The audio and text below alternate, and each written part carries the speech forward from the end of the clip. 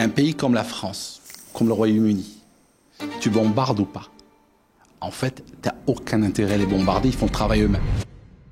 Et moi, je suis venu à l'île Maurice pour regarder ce genre de choses à la télé. C'est l'une des raisons pour laquelle je suis parti. C'est pour que ces news ne deviennent pas mes news à moi. Moi, je dis aux Français et aux autres que les manifestations qui changent l'histoire ne sont pas des manifestations qui sont déclarées en préfecture. Alors, je dirais que le Covid, au début, moi, j'ai cru que c'était une guerre biologique. Ce qui m'a fait réagir, c'est quand ils ont annoncé à la télé, on va fermer les frontières britanniques. Je me suis dit, j'ai pas envie de me faire enfermer avec des détraqués. Aldo, est-ce que Brigitte est un homme? Aldostérone est un pseudonyme choisi totalement au hasard. Faux. Un créateur indépendant a aujourd'hui plus de poids qu'un journaliste traditionnel. Très vrai. L'écologie moderne est devenue avant tout une industrie. Absolument, oui. Le wokisme est une mode importée des États-Unis. Totalement. Le Covid a fonctionné comme une nouvelle religion. Oui. L'Europe ne peut plus redevenir puissante. Je suis d'accord. Se censurer soi-même est devenu inévitable quand on s'exprime en ligne. C'est vrai. L'exil est désormais la seule manière de rester libre. Je suis d'accord. Avec ton parcours, tu aurais pu faire une carrière politique classique. Oui. Tu écriras encore des livres quand tu seras à la retraite. Totalement. Bienvenue Aldo. Ouais, bienvenue Aldo, merci d'avoir Merci. accepté notre invitation. Ce que j'aime bien dans ces réponses vraies-fausses, c'est très aligné, c'est bam bam bam, il n'y a pas d'hésitation, c'est très clair. C'est un véritable plaisir de t'accueillir sur ce plateau. Merci, c'est un véritable plaisir pour moi d'être ici. Merci de m'inviter. Nous recevons une star. Ah oui, déjà qu'on avait quand même quelques stars dans le podcast, mais là, tout le monde nous parle de toi. Ouais. Aldo est arrivé à l'île Maurice, c'était la news la plus importante à ne pas louper. Donc bienvenue à l'île Maurice, bienvenue à notre podcast. Et puis ça tombe bien parce que nous, on est taquins, on aime bien parler des sujets qui fâchent. Et donc on a un expert en la matière ici, que je qualifierais de réinformateur. Les rageux diront complotiste. Oui. Mais ça dépend de quel bord on se situe, bien sûr. À notre époque, ne pas être traité de complotiste, c'est un problème. C'est que tu es une victime. Exactement. Donc du coup, on va parler de ton parcours, bien sûr. On va parler d'un peu d'écologie, un peu de tu rigoles déjà, un peu de Covid, un peu de l'état de l'Europe, également de ton parcours, qui t'a amené jusqu'à l'île Maurice. Et puis voilà, on va essayer de développer un esprit critique de manière intelligente. Suffisamment pour énerver assez de gens, mais suffisamment pour que suffisamment de personnes nous écoutent jusqu'au bout. Donc voilà, c'est le challenge que je vous propose, messieurs, ce jour. C'est un challenge accepté. Ah, c'est super. En plus, ça sera un petit peu rigolo. Je Voilà. pense qu'on va rigoler un petit peu. On mettra Alors, des petites lacounettes. avant aldostérone, il y a Amine Messifi. Mais comment Amine est devenu Aldo? Quel est ce parcours qui t'a amené aujourd'hui à devenir ce créateur de contenu qui filme des vidéos dans sa voiture à l'origine et qui est devenu méga famous et un des plus gros vendeurs dans ta catégorie sur Amazon, quand même, sur tes livres sur l'écologie, de réinformation, très pertinent. Quelle est la trajectoire de ce parcours et comment tu es arrivé à faire ce que tu fais En fait, j'utilise un pseudo, effectivement. Je me fais appeler sur le réseau Aldostérone. Mais je suis pas un homme qui se cache. Mon visage, j'ai pas des canaux avec faceless, avec des images de quelqu'un qui parle. Donc, tout le monde me connaît, tout le monde peut me localiser. Je donne même mon numéro de téléphone en ligne. En même temps, t'as 6 téléphones, si je peux le dire. C'est le téléphone qui est dans le tiroir. C'est celui que j'utilise jamais. Non, je réponds à plusieurs dizaines de personnes par semaine, vraiment. Okay. Chaque matin, j'ai cette habitude de me réveiller, regarder les messages. Là où je peux apporter de la value, là où je peux apporter de la valeur à quelqu'un, je réponds. Donc, je disais qu'au départ, j'étais plutôt sur les forums. Au départ, j'étais quelqu'un, parce que j'aime l'expression écrite à la base. Donc, j'allais sur des forums et puis je partageais mon avis avec les uns et les autres. Il y avait une grande époque des forums. Le problème, c'est que ma durée de vie dans les forums était en train de baisser. Ça veut dire que j'arrive, vous me connaissez, je suis toujours carré, poli, courtois, tout ça. Je me faisais virer des forums de moins en moins de temps. Je suis étonné. Alors, au départ, je pouvais tenir 3 mois. Après, c'est tombé à 3 semaines. Après 3 jours. Mais il m'est arrivé des fois de me faire virer au premier poste. Et le premier poste, c'est genre, hey, bonjour la communauté. Voilà, je suis content d'être avec vous. Tac, le modérateur dit, celui-là, non. Ouais. Voilà. T'étais connu. mon IP ou un truc comme ça. Donc voilà, donc ce qui fait que je me suis dit les forums, il va falloir arrêter quoi. Donc j'ai arrêté les forums, j'ai arrêté aussi les groupes Facebook. Parce que les groupes Facebook, j'ai commencé moi-même à en ouvrir. Sauf que au bout d'un moment, bon, ça montait bien, 15, 20 000, 30 000 personnes. J'en ai eu un, je crois, qui avait atteint les 100 000. C'était bien. Un jour, je me log, bam, quelqu'un de chez Facebook a décidé que, bon, c'est terminé. Alors, Facebook, à l'époque pré-Biden jusqu'à Biden, c'était un enfer pour pouvoir s'exprimer. Souvenez-vous de la grande époque du Covid. Et même Mark Zuckerberg disait, oui, bon, c'est vrai qu'on m'a donné des directives. Ça. Au calme, pas de problème. C'est fou. C'est fou. Donc, et moi, justement, je l'ai constaté, nous sommes très nombreux, n'est-ce pas, avoir constaté ça. Et au bout d'un moment, j'ai aujourd'hui une page Facebook, je crois que j'ai 27 000 followers dessus. Je poste une fois ou deux par an. Ah oui, d'accord. Oui, parce que c'est terminé. Je veux dire, ça vaut pas la peine. Oui, tu vas sauter. Parce que non seulement, parce qu'il y a deux choses. Non seulement ils te font sauter la page, ou bien j'ai 27 000 followers, n'est-ce pas, qui sont organiques, naturels. Je mets un post, il est vu 3 fois. Donc il y a aussi ce qu'on appelle le shadow ban. Je te coupais comme ça, tu n'atteins personne. Paradoxalement, sur YouTube, c'est ça. Très beau score, très belle visibilité, t'es pas du tout shadowban sur cette plateforme. On pourrait croire, parce que qui regarde les rewinds de YouTube annuels, c'est le festival Woke.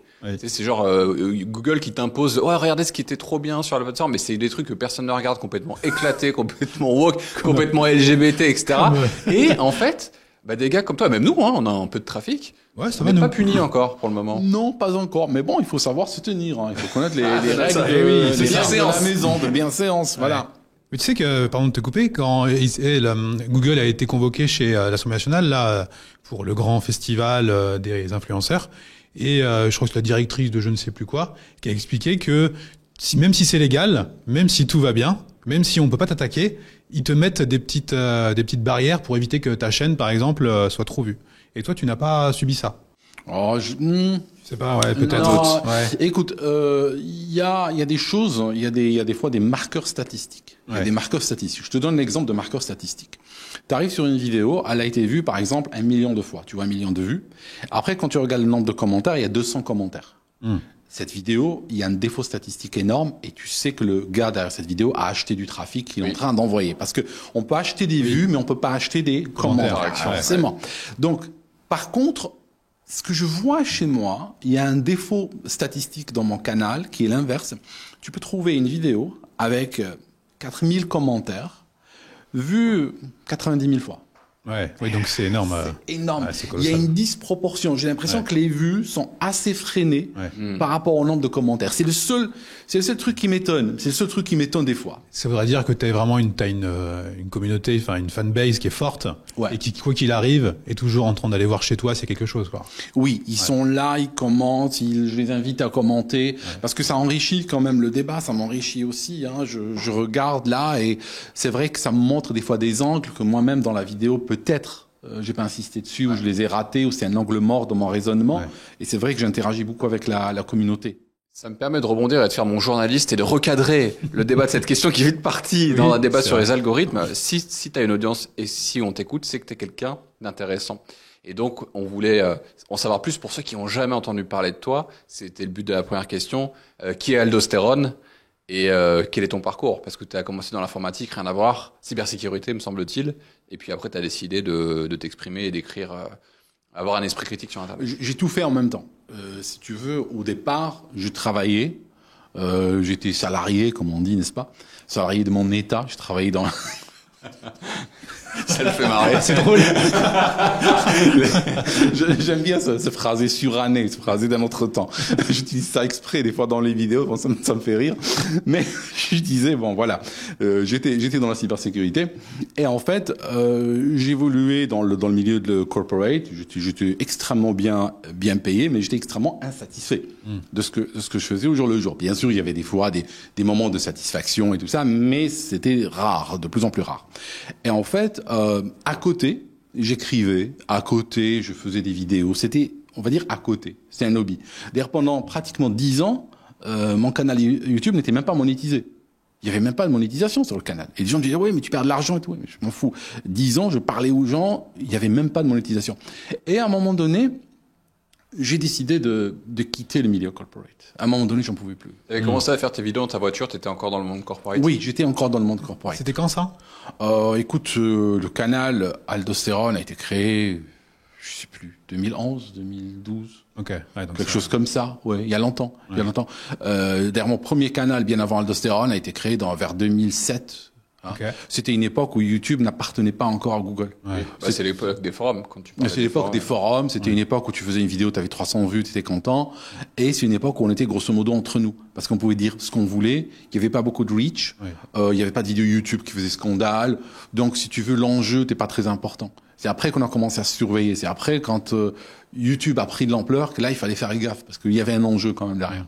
Et pourquoi Aldostérone? Pourquoi tu n'as pas gardé ton vrai pseudonyme? Parce que au départ, tu sais, j'ai étudié médecine et puis j'avais passé des nuits blanches sur les reins, sur tu vois toute la technologie rénale, n'est-ce pas? Il y a à boire et à manger. Et en fait, donc il y avait une molécule qui s'appelle aldostérone. En un seul mot. En un seul mot, aldostérone. Et puis, c'était un soir, je cherchais un pseudo, je me dis, tiens, aldostérone, je prends juste la molécule, je la coupe en deux. Il y avait il y a aucun autre sous-entendu. Alors, et bien sûr, les gens en trouvent, les gens cherchent, ils disent, oui, il y a ça. Mais en fait, non, il y avait aucun sous-entendu qui était consciemment mis là-dedans. C'était juste aldostérone. Alors, voilà ce que je cherchais, par contre. Je cherchais un pseudo qui doit sonner vraiment comme un pseudo. C'est important pour moi. Ça signifie que quand tu l'entends, ça fait sourire, tu vois que c'est la molécule qu'on a coupée en deux, que ça. Parce que je ne voulais pas tromper les gens, je voulais pas un pseudo trompeur. Parce que je voulais pas un faux nom. D'accord, je voulais pas un faux nom, je voulais un pseudo. Que tout le monde ça. Voilà. En fait, un nom de plume, un nom d'auteur, mais on sait qui est derrière. Mais on sait qui est derrière. Voilà, c'est ce que je voulais. Tu as quitté l'univers corporate, t'es assez critique sur l'univers corporate. Je serais taquin de dire que c'est différent pour nous. Évidemment, nous aussi, on est extrêmement critiques sur ça. Et donc pour te lancer à pleine balle dans cette carrière d'indépendant, comment ça a commencé? C'est quoi le déclic qui dit bon, moi j'arrête de travailler en cybersécurité, ça me saoule, je vais vivre de mes écrits, je vais vivre de mon contenu et je trace ma route? C'est tout d'abord une volonté avant que ce soit une volonté d'argent, c'est plus une volonté de liberté, c'est une volonté de dignité avant tout. Parce qu'au bout d'un moment, on est dans le monde corporate tel que j'étais éloigné de mes valeurs, j'étais éloigné de ce que je voulais, de ce que j'étais. Et plus j'avançais dans le temps, plus je réalisais que j'avais pas envie de mourir là-dedans. J'avais pas envie de traîner là-dedans jusqu'à ma retraite. Et puis voilà, je ne me voyais pas mourir là-dedans, comme j'ai vu d'autres gars mourir là-dedans. Et le problème dans le milieu corporate, si tu traînes trop là-dedans, il y a ton âme qui meurt avant ton corps. Ouais. Tu finis avec 3 doses. Exactement. Tu es le zombie de service et puis t'arrives et aussi il y a aussi une réalité, c'est que pour survivre dans le monde corporate et évoluer, tu dois être capable. Moi, je donne toujours une base de mesure, un étalon. Tu dois pas être capable de te regarder dans un miroir. Si tu peux te regarder dans un miroir, c'est que t'as pas fait encore assez. T'es pas encore là. T'es encore loin de ce qu'il faut. Si tu veux évoluer, il faut que tu sois un killer, comme ils disent. Un tueur, capable de tout. Tu vois ce que je veux dire? Capable de causer des veuves et des orphelins, tu vois? Donc, là, au bout d'un moment, il y avait un conflit direct avec mes valeurs. Donc, j'ai décidé de quitter le monde corporate. Et le problème que j'avais dans le monde corporate, c'est un problème. J'étais très bien payé. Ah oui. Ouais.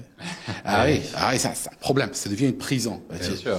Est-ce qu'on te donne un salaire à 6 chiffres comme ça? Bon, c'est joli, tu t'habitues, il y a un niveau de vie qui vient avec.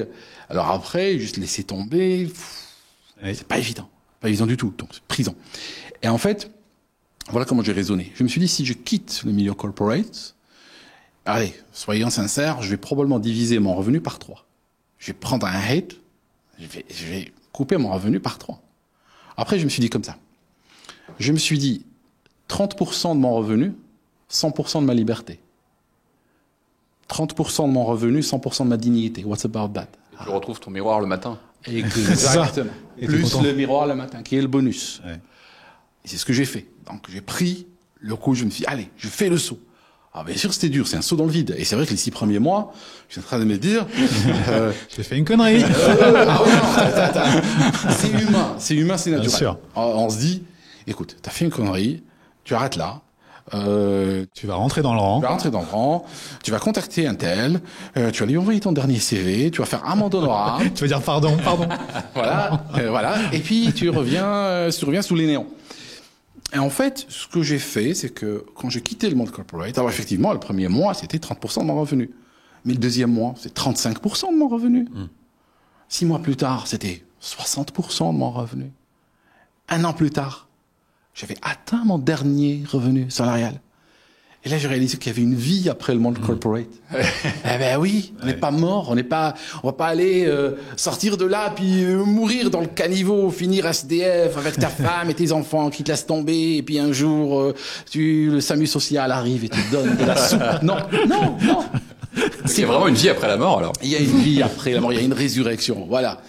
Donc voilà. Après, j'ai réalisé que finalement, je peux voler de mes propres ailes, que finalement, je n'avais pas besoin de. Voilà. Monétisation qui vient de où? Les vues, les livres? Les vues, les livres. Je fais du consulting aussi. Je fais du consulting. Alors, il y a 2 consultings. Il y a un consulting qu'on voit, un consulting qu'on voit pas. Alors, celui qu'on voit, c'est que je fais des consultings, mais j'en fais de moins en moins ces derniers temps parce que c'est très chronophage vers les gens. Les gens me contactent. Des fois, je mets mon calendrier, j'ai calendrier. Vous allez vous booker un consulting. Venez parler. Ce que vous voulez. Okay. Les gens viennent. Bon. Je le fais des fois. Là, aujourd'hui, j'ai coupé ça peut-être 2-3 séances par semaine parce que je peux pas faire beaucoup plus. Mais il m'arrive des fois de me dire, allez, la semaine prochaine, c'est vrai, elle est vide. J'avais un truc, elle a été annulé, je vais voyager, ça va pas se faire. Allez, tu sais quoi? J'ouvre le calendrier et puis je les laisse venir. Ça, je peux faire ça. Il y a aussi du consulting que je fais avec des startups. Donc là, je suis impliqué dans une start-up IA qui est pratiquement sur le point de lever des fonds. On va voir ce que ça va donner. Je suis impliqué sur une autre start-up d'une compagnie aérienne. C'est vrai que tu es passionné d'aviation. Tu as une chaîne sur l'aviation. Oui, une chaîne sur l'aviation. Donc tu vois là, je suis donc sur cette start-up-là. J'ai des partenariats. Avec des compagnies dont je parle des fois sur mes vidéos. Voilà, il y a les livres, tout ça. Donc finalement, je crois toujours quand on veut être indépendant, entrepreneur. Moi, je crois qu'il faut avoir plusieurs streams de revenus. Oui. Je pense que c'est important parce que on peut pas savoir de quoi sera fait demain. Donc la sécurité, c'est toujours multiplier les revenus pour être sûr que il y a des mois où il y a un des revenus qui s'effondre. Mais il y a un autre qui monte, et ainsi de suite. C'est toujours un phénomène de compensation. Voilà. On te traite souvent de complotiste. Est-ce que tu le prends bien? Ensuite, est-ce que t'en es fier? Ou est-ce que tu as un autre mot pour le dire? C'est quoi ta relation? Non, moi je refuse le mot. Ça me fâche pas. Hein, ça me fâche pas. Bon, ça me fait sourire quand quelqu'un me traite de complotiste. Ça me dit que c'est quelqu'un quand même avec un vocabulaire extrêmement limité, oui, c'est clair, parce que complotiste, tu vas dire, bon, d'accord, si t'as 300 mots de vocabulaire, tu t'exprimes, t'as envie de parler, tu dis complotiste, on va traduire, t'inquiète pas, juste balance ce que t'as dans la tête, et nous, de l'autre côté, on va saisir ce que ton sens. En fait, je suis dans le scepticisme. Le scepticisme dans l'ancienne tradition grecque, et le scepticisme qui est littéralement le fondateur de la méthode scientifique. Alors, René Descartes, c'est un sceptique. René Descartes, il est parti, dans son discours de la méthode, il est parti jusqu'à tout nier. Il était sceptique avec tout, mais c'était peut-être une méthode, une technique, comment dirais-je, c'était un artifice, on va dire, son approche. Il n'était pas un vrai sceptique. C'était juste une approche conceptuelle de cette manière-là. Et après, il dit, OK, maintenant j'ai tout effacé, il me reste quoi? Je pense, donc je suis. Voilà, donc, mais c'est parti d'un scepticisme, à la base. D'accord? Donc, je suis un sceptique. Je suis aussi, sur la tradition, même si j'ai cité Descartes, je suis pas sur la tradition purement cartésienne, qui est plus une tradition française. Je suis plus sur une tradition britannique, qui est une tradition empiriste. Okay. C'est tout. C'est juste la différence, une différence assez subtile, mais ça se sent dans le discours, ça se sent dans l'écrit. C'est pas les mêmes références. Je suis plus proche des empiristes britanniques que des cartésiens français. C'est un débat philosophique qui date il y a plusieurs siècles, quoi. Mais voilà, c'est là où je me situe. Mais bon, si quelqu'un dit conspirationniste, bon why not, quoi. Est-ce que tu penses que la Terre est plate? Non, pas du tout. Pas du tout. Non, non. J'ai une autre question pour ça. Alors oui, alors ça non, c'est une technique de ça. Merci d'avoir posé cette question. C'est une technique de débat qui est une technique d'association. Ça signifie on a un interlocuteur, il dit quelque chose et qu'est-ce qu'on fait? On va lui associer bien sûr. d'autres choses qui sont extrême droite, fascisme. Voilà, extrême droite, fascisme, ou bien des idées qui sont très discréditées, genre si tu crois ça, tu crois aussi que la Terre est plate. Voilà. C'est une méthode vicieuse de rhétorique pour disqualifier son ennemi politique. C'est surtout une méthode de personnes simplettes. Ou vicieuse. Ou vicieuse. Oui, si t'es journaliste, t'es vicieux. Si t'es quelqu'un de normal de la société, t'es juste un ignorant. Aldo, est-ce que Brigitte est un homme? Tu n'es pas obligé de répondre. Alors, je tiens à préciser que cette question n'est pas un piège puisque Fabien et moi, nous ne sommes pas d'accord. Oui. Je n'y crois pas du tout. Lui, il y croit. Moi, j'y crois pas. Alors, vas-y. Moi, écoute, j'ai étudié le dossier, j'ai lu le livre. D'ailleurs, je l'ai amené. Il est là. Je vais faire là Marine Le Pen face à Macron. Bon, le dossier est là. Non, écoute.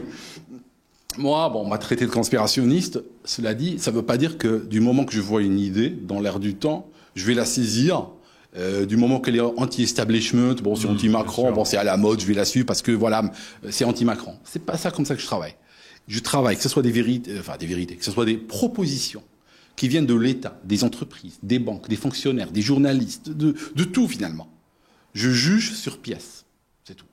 Et comme disait John Locke, c'est un empiriste, il disait qu'il faut toujours élever son niveau de conviction au niveau des preuves disponibles. Que ça soit pour Brigitte, pour l'émission Apollo ou pour toute autre chose, en réalité. Donc voilà. On l'appelle, elle est venue celle-là. Ouais, voilà. Donc, après avoir étudié tout le dossier et les éléments disponibles, eh bien, tout ça n'a pas atteint le niveau, n'a pas atteint la barre pour me convaincre que Brigitte Macron est un homme. Voilà. Extrêmement bien formulé. Voilà. Qu'as-tu à répondre? Non, parce que évidemment, je n'ai sûrement pas étudié le dossier comme ça. Mais déjà, j'aime bien l'idée. L'idée, ça me fait marrer. Et donc, j'ai regardé 2-3 vidéos un peu rigolotes, notamment chez Idriss Aberkan avec, je crois que c'est Xavier Poussin, le gars qui a écrit le bouquin là-dessus. Et c'est vrai que c'est rigolo. Alors, moi, ce que j'aime bien dire, c'est qu'on ne peut jamais être sûr à 100% de quelque chose. Donc, il y a toujours une jauge. Donc, au début, je suis commencé, moi, ces petites idées-là, ça me fait marrer. Donc, je tends l'oreille. Je fais, ah ouais, ça, c'est rigolo, ça. Puis, est-ce que je serais étonné? Je serais pas étonné. Et donc, c'est monté petit à petit. Et je veux dire qu'aujourd'hui, je suis entre 60 et 80. C'est quand même une conviction assez haute. Et il y a aussi, mais par contre, qui est basé sur juste 2 vidéos YouTube, hein. Je veux dire, voilà, quoi. Non, il y a aussi autre chose, peut-être, si tu veux. Je veux gagner, n'est-ce pas, par rapport au camp adverse, mais je veux toujours gagner avec élégance. C'est peut-être aussi le côté anglais. Messieurs, tirez les premiers, tu vois. Donc, par exemple, il y a plein de gens qui s'attaquent à Zelensky ou à Poutine ou à Biden, mais on s'attaque pas à leur épouse respective. Jill Biden, personne n'entend parler. Hillary Clinton. Oui, mais Hillary Clinton n'est pas attaquée sur la base qu'elle est la femme de Bill, mais sur son propre bilan, parce qu'elle elle a été secrétaire d'État, elle a été candidate à la présidentielle, donc on l'attaque sur son propre bilan. Mais donc Macron, autant j'aime pas Macron, c'est un type dangereux, c'est un type vicieux, autant je trouve que cette histoire de Brigitte, très souvent, nous dévie du vrai problème Macron. Parce que Macron, c'est quand même un gars qui est capable d'envoyer la France dans une 3e guerre mondiale. C'est quand même quelqu'un qui est capable de causer des millions de morts. C'est quand même quelqu'un de très dangereux. Je réécoutais hier une conversation téléphonique qu'il a eue en 2022 avec Poutine, enregistrée. Ouais. Il le tutoyait, il le traitait, mais vraiment quand même moins que rien. On sent le vicieux, on sent le narcissique, le machiavélique, on sent le psychopathe, le provocateur. Il sait que l'autre gars a un bouton rouge et une bombe atomique au bout. Et il le provoque de cette manière-là. Rien à perdre, je m'en fous. Je vais l'emmerder, et puis ma foi, si on morfle, on morfle, et puis je marcherai sur des ruines. Mais bon, comme il parle à un vrai homme d'État en face, c'est pas parti en sucette. C'est pas parti en sucette, parce que on a eu de la chance d'avoir Poutine, qui est un modéré. Ouais. C'était modéré parce que on aurait pu avoir le général Vladislav et je peux te dire lui, depuis le pont de la Crimée, on serait déjà mort. Ou même son remplaçant, il fut un temps, qui a pris le relais. Medvedev. Il est beaucoup plus chaud. Medvedev, à 7-8. Medvedev, il a dit textuellement à Merz et à Macron sur son compte Twitter officiel, vous continuez comme ça, on va vous reconnaître grâce à vos dents. Voilà. Moins modéré. Parce qu'en fait, ce que les gens savent pas, c'est qu'en Russie, Poutine, c'est un gars qui est tranquille. Nous, on a l'image que c'est un psychopathe dictateur qui veut tout péter. Mais en fait, lui, il est obligé de contenir un côté de l'électorat et de la politique russe. Faut dire, non, mais doucement les gars, doucement, on va pas trop taper sur tout le monde. Et pense aussi qu'il a l'état profond russe aussi, des généraux, des gens importants qui disent, écoute, nous on a besoin maintenant que tu flexes tes muscles, là. Je veux dire, là on est en train de se faire insulter, se faire traîner dans la boue comme ça. Je pense qu'il fait beaucoup d'efforts pour les contenir. J'imagine que c'est un grand joueur d'échecs, comme beaucoup de Russes. Oui. Donc là, on le sait pas, mais il y place très bien ses pions. Lui il joue aux échecs là où les dirigeants français jouent au bilboquet. Voilà. C'est bien ça. Très bon. C'est un punchline. Voilà la différence. Et la différence, c'est que à la place de Poutine, t'es joueur d'échecs. Un pays comme la France, comme le Royaume-Uni, tu bombardes ou pas. En fait, t'as aucun intérêt à les bombarder. Ils font le travail eux-mêmes. Ils sont en train de détruire leur pays. Je veux dire, juste tu souhaites qu'ils continuent, quoi. Juste continuer comme ça. Moi, j'ai même pas besoin de vous toucher. Prends le Royaume-Uni. La vitesse à laquelle ils sont en train d'être désindustrialisés. À l'époque où on avait désindustrialisé l'Irak à cette vitesse, il a fallu le bombarder. Ah oui. Je veux dire, les mecs, pourquoi perdre des missiles et tout ça? Ils font le job. T'as le bilan chaque matin, quoi. Voilà. C'est terrible. Parce que t'as vécu combien de temps en Angleterre? J'ai vécu un certain temps, comme disait Fernand Reynaud. Alors j'ai 2008. Je suis arrivé en 2008 et je suis parti en 2025. Ouais, ça a 17 ans quand même, grosso modo. Où est-ce que tu es né? En Algérie, Afrique du Nord. Je suis maghrébin. L'ostérone, ça sonne pas tellement maghrébin. Non. Et qu'est-ce que pensent d'ailleurs les Maghrébins de ce que tu dois en avoir non, il m'apprécie beaucoup, franchement. Franchement, il m'apprécie beaucoup. Okay. C'est même quand je suis en Algérie, il me rencontre dans la rue, salut, ça va, comment ça va, mon frère, machin, on prend une photo ensemble, on fait un selfie, je vais le mettre sur Facebook, tout ça, ils me croiront pas que je t'ai rencontré et tout. Non, okay. Franchement, très sympa. Est-ce que t'es assez critique sur l'islamo-racaille, sur un peu les... Oui, mais c'est une critique qui est largement partagée dans ma société d'origine. Okay. Non, il faut pas croire que dans ma société, on aime bien les racailles, les voyous et les islamistes radicalisés. Non, mais c'est qu'en France, on essaie de mettre une chape de plomb autour de ça. Et de dire que si tu rentres dedans, c'est que tu détestes tous ceux qui y sont affiliés de près ou de loin. C'est la stratégie. C'est la stratégie dont on parlait tout à l'heure. Exactement, d'assimilation. Donc du coup, comment est-ce que tu te positionnes par rapport à ça et comment est-ce que les gens le reçoivent? Donc tu nous dis intelligemment, ils sont d'accord avec moi. Ah non, ils sont d'accord avec moi. D'ailleurs, quand on parle en algérien, entre Algériens, les propos qui sont utilisés sont, je veux dire, si je les traduis en français, je veux dire, ça passerait pas, quoi. Je suis obligé de ramollir un petit peu parce que si tu veux, quand on fait du multiculturalisme, plusieurs langues, plusieurs trucs, on peut pas juste traduire le discours. On peut pas faire genre Google Translate, clique, traduit. Non. On est obligé de tenir compte des sensibilités culturelles. Donc, on est obligé d'être un peu plus modéré dans son propos. Là où en algérien, si tu veux, le champ sémantique accepte plus d'images fortes. C'est une manière élégante de dire que c'était pas très flatteur, au final, ce qui a été dit concernant ces personnes. Quand tu te lances dans un nouveau livre, comment est-ce que tu choisis ton sujet? Et pourquoi tu as traité les sujets qui ont le plus de succès? Parce que si on va sur Amazon et qu'on tape aldostérone, faites-le les amis, si vous avez envie de passer des bons moments et commander les livres d'Aldo qui sont très pertinents. Tu as un magnifique best-seller sur l'escrologie. Tu as aussi sur les grandes trahisons de l'Europe. T'as écrit un livre sur la critique corporate aussi, un peu plus long. Toxique, ouais. Toxique, exactement. Comment est-ce que tu décides de te positionner sur un sujet ou la Lune, par exemple, qu'on gardera pour un autre épisode bonus. Comment est-ce que tu te dis, ça là, je vais en faire mon dossier et je vais en faire un livre intéressant? Alors, si tu veux, ça commence comme ceci. Déjà, c'est des préoccupations que j'ai dans mes vidéos. Par contre, la vidéo a quelque chose de frustrant dans le sens où t'as un certain temps. T'as un temps limité. Dans la vidéo, tu peux pas commencer à sortir des sources, à partir sur des analyses extrêmement approfondies, même si j'approfondis dans mes vidéos, oui. Mais le livre, si tu veux, permet de répondre à cette frustration, aller plus loin.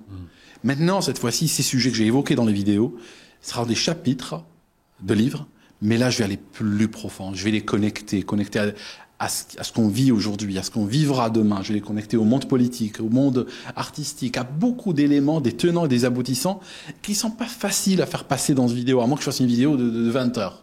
Donc là, je touche un sujet dans une vidéo, par exemple, de 10 minutes, 15 minutes, 20 minutes, etc. Oui, c'est bien, mais c'est encore mieux de la voir dans un livre de 250 pages qui est super structuré, bien aligné, qui permet aux gens de suivre un fil de pensée beaucoup plus approfondi. Oui, et puis tu as le temps de revenir dessus, de réfléchir, de te relire, de changer un petit peu le chemin. Alors quand tu es en vidéo, tu peux parfois partir et puis tu perds un petit peu ton fil toi-même parce que tu pars dans une histoire. Je perds mes fils, sachant que la moitié de mes vidéos n'étaient pas prévues pour le sujet dont j'ai parlé. Parce que je prépare un sujet dans ma tête, j'ai envie d'en parler, j'arrive, j'appuie sur REC, mes amis, bien le bonjour. Alors aujourd'hui, je voulais vous parler de... Et là, il y a quand même un petit bonhomme dans ma tête qui vient, qui me pirate le cerveau. Il dit, voilà, alors je voulais vous dire. Et c'est parti, ça part sur autre chose. C'est très bien parce que j'ai regardé ta vidéo de bilan à l'île Maurice, là, 2 mois plus tard. Et en fait, tu parles au début, bon, la météo, c'est pas fou. Puis après, ça part sur 15 minutes sur l'Angleterre, sur un autre truc et tout. Puis à la fin, tu reviens. Donc ouais, l'île Maurice, c'est bien. C'est clair. Et justement, alors certains apprécient, d'autres me reprochent ça. Mais c'est vrai que... C'est ta signature. C'est ma signature. Les gens aiment beaucoup ça, que ça part dans tous les sens. Les vraies personnes qui te suivent, qui veulent t'écouter, qui veulent connaître ton message, ils aiment bien quand ça part un petit peu dans tous les sens. Ça part un petit peu dans tous les sens. C'est vrai que pour eux, ça fait spontané, c'est improvisé aussi. Hein. Ça signifie il n'y a pas de feuille. C'est toi-même. Voilà. Je sais que cette phrase est très cliché, très bateau. Il faut être soi-même. Authentique. Non, mais c'est vrai. Mais ça change des trucs télé où t'as un discours, le gentil contre, un gentil, un méchant, un complotiste et un 3 doses et parlez s'il vous plaît. Ouais, faut qu'on rigole. Et il faut savoir qu'on est plus dans la tradition vidéo-blog que dans la tradition purement journalistique. Parce que moi, après tout, j'ai commencé comme vidéo-blogueur. Je parle de ma vie, de mes préoccupations. Donc, dans la vidéo, je suis même pas lié par l'exactitude, si tu veux. Je dis tel que je le ressens. C'est pas tel que ça est nécessairement. C'est mon ressenti que je partage. C'est différent. Alors bon, un journaliste, lui, il est plus factuel, vraiment. Je sais pas. Non, mais c'est un ressenti qui évolue aussi. C'est un ressenti qui évolue également. Ouais. Et d'ailleurs, moi-même, je regarde des fois certaines de mes anciennes vidéos et je réalise que, et ça, il y a un côté expérience humaine derrière. Je réalise que sur ce sujet-là, je suis plus le même. Et que si aujourd'hui je devais refaire la même vidéo, je la ferais probablement autrement. Parce que forcément, on change avec le temps. Ouais. Et d'ailleurs, c'est ce qui est très difficile pour le commun des mortels, de comprendre que tu peux évoluer sur un sujet. C'est-à-dire que tu vas faire une vidéo en 2025, et puis on va t'attraper. Attends, mais en 2018, t'avais dit ça. Ah oui, contradiction. Oui. Donc en fait, tu racontes n'importe quoi. Ce qui est très drôle, parce qu'en regardant, je m'étais perdu sur notre chaîne pour regarder un truc. À un moment donné, on avait dit un truc il y a 6 mois, un échange banal sur le business ou autre, et je dis... Je suis à moitié d'accord avec ce que je suis en train de dire. C'était il y a que 6 mois. Oui, bien sûr. Ouais. Ça, c'est très intéressant. Des fois, il y a que 6 mois, ouais. Alors qu'on des mecs me sortent une vidéo d'il y a 10 ans, disant, il y a 10 ans, à la minute 18, t'as dit ça, t'as dit, oui, mais attends, il y a 10 ans entre les deux. Ouais, c'est fou, hein. Est-ce que les gens sont en recherche de vérité, comme si l'actualité qu'on leur servait, la soupe du JT tous les jours ou du petit matin, c'était la vérité absolue. Et donc, en fait, on peut pas les gens ne comprennent pas qu'il peut y avoir différents points de vue et que tout est un petit peu vrai et qu'on peut aussi évoluer et qu'au final, en fait, on est un peu tous d'accord sur un même sujet. Mais vu que pour faire des vues, pour faire du spectacle, il faut forcément 2 personnes en contradiction, en fait, les gens perdent cette idée que on doit évoluer sur ce qu'on pense actuellement, ce qu'on pense comme vrai aujourd'hui. En fait, peut-être que dans 10 ans, on sera plus d'accord. Oui, forcément. Est-ce que tu es toujours d'accord avec ton livre Escrologie? Parce que là, j'ai décidé donc d'ouvrir le chapitre, un de mes chapitres préférés, parce que moi, je suis très critique sur l'écologie et encore plus sur tous les boomers et les personnes malheureusement influençables qui bouffent sans arrêt du média mainstream sans se poser la question. Donc avec eux, je leur dis vive le CO2 et j'adore en cramer. Donc oui, clairement, j'adore l'avion et en première classe. Et j'adore boire du champagne en première classe. Voilà, comme ça c'est fait. Donc, est-ce qu'on peut ouvrir le chapitre Bien sur sûr, avec l'écologie? plaisir, ouais, bien sûr. Alors, la première question, c'est est-ce que tu es toujours d'accord avec ce livre? Absolument. Très bien. L'écologie étant présentée comme moi, c'est ce que j'en dirais, c'est the biggest scam ever, pour parler en anglais. Une arnaque. Est-ce que tu pourrais nous présenter l'idée phare de ce livre et comment t'en es arrivé à cette conclusion, mon cher Aldo? Alors, l'idée phare du livre, si tu veux, ça commence... en réalité, regarde, je suis en train de travailler sur le tome 2 de ce livre. Il ne sera pas publié cette année, je pense plutôt l'année prochaine. Mais dans le premier chapitre, j'explique quelque chose que je n'ai pas expliqué dans le tome 1. En fait, c'est ce que j'appelle, enfin c'est pas ce que j'appelle, ça s'appelle comme ça, c'est le malthusianisme. Ça vient de chez Thomas Malthus, on est dans les années 1800. Et Thomas Malthus a fait un livre sur la population. L'idée de dépopulation, c'est de lui. Il n'a pas parlé de dépopulation dans son livre, mais c'est sous-entendu. Grosso modo, c'était un prêtre anglican, très droit, comme ça, tu vois, très austère et tout, moralement puritain, voilà. Et puis, il regardait autour de lui les gens. Royaume-Uni, on est au Royaume-Uni. Beaucoup d'idées, bonnes et mauvaises, naissent au Royaume-Uni.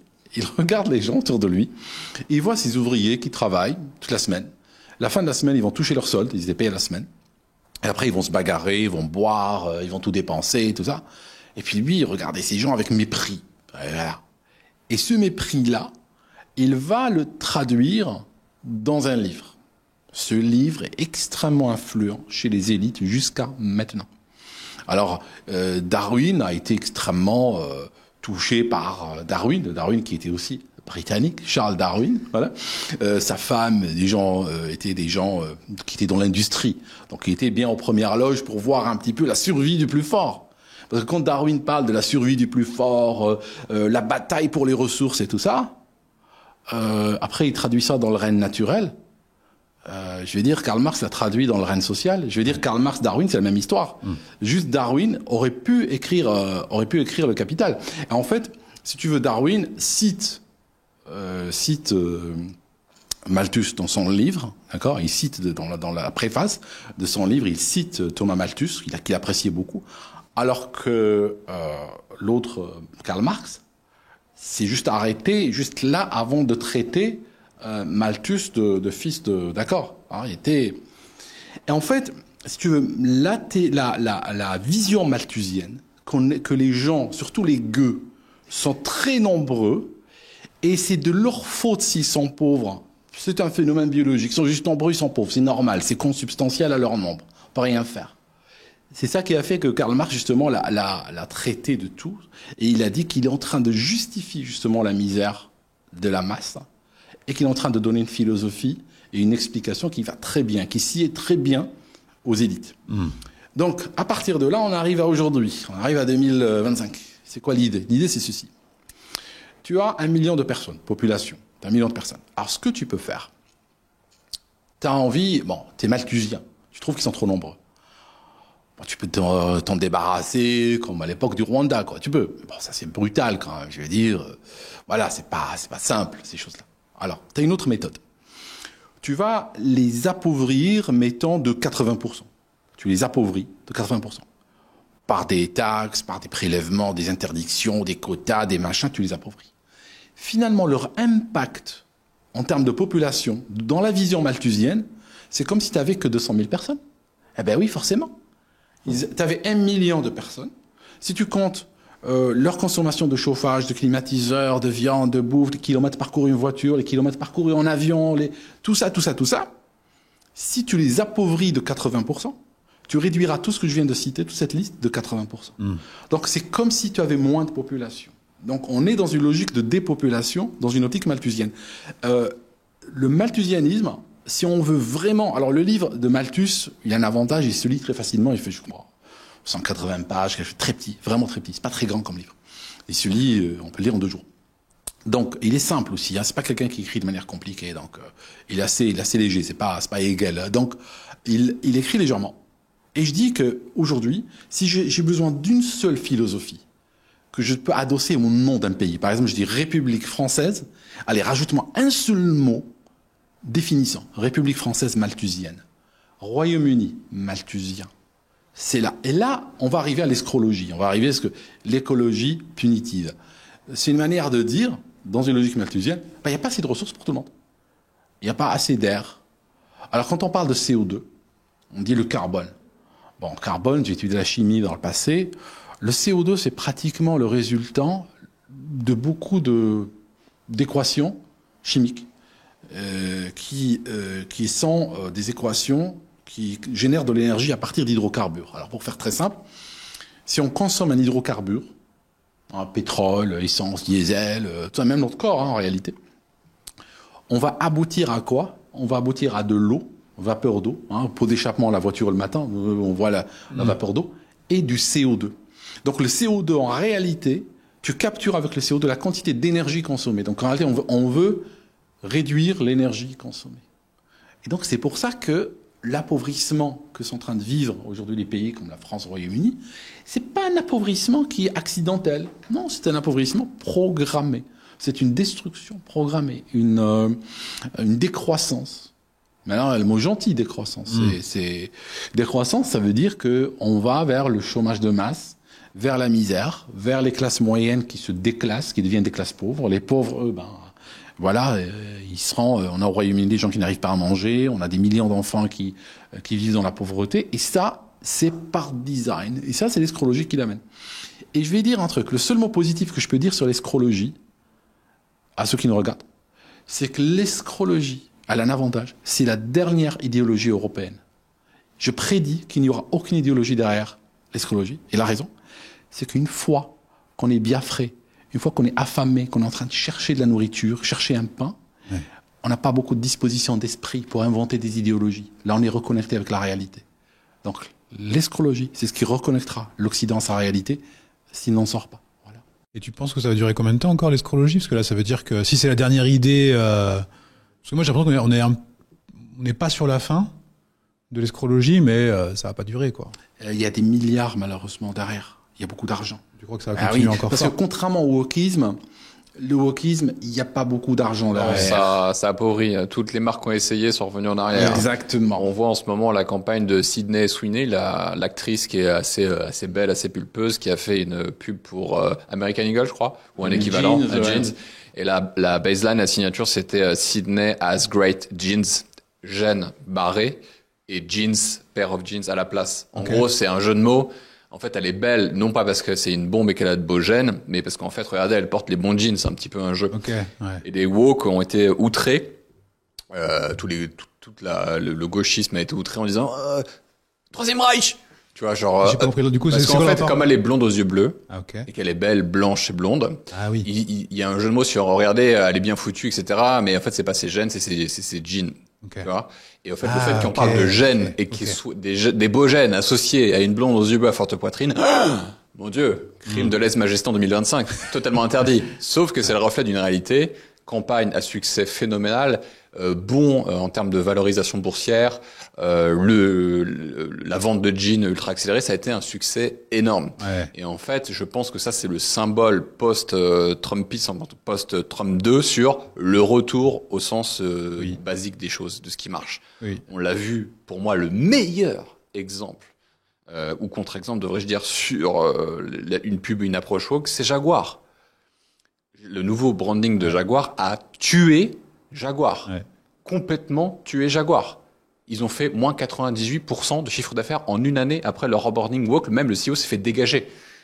Il est parti, le CEO. Tu vois, parce que le CEO au début dit mais non, vous n'avez rien compris, c'est génial. Oui, vous n'avez pas compris. Personne n'a rien compris en fait. C'est ça. Vous êtes raciste.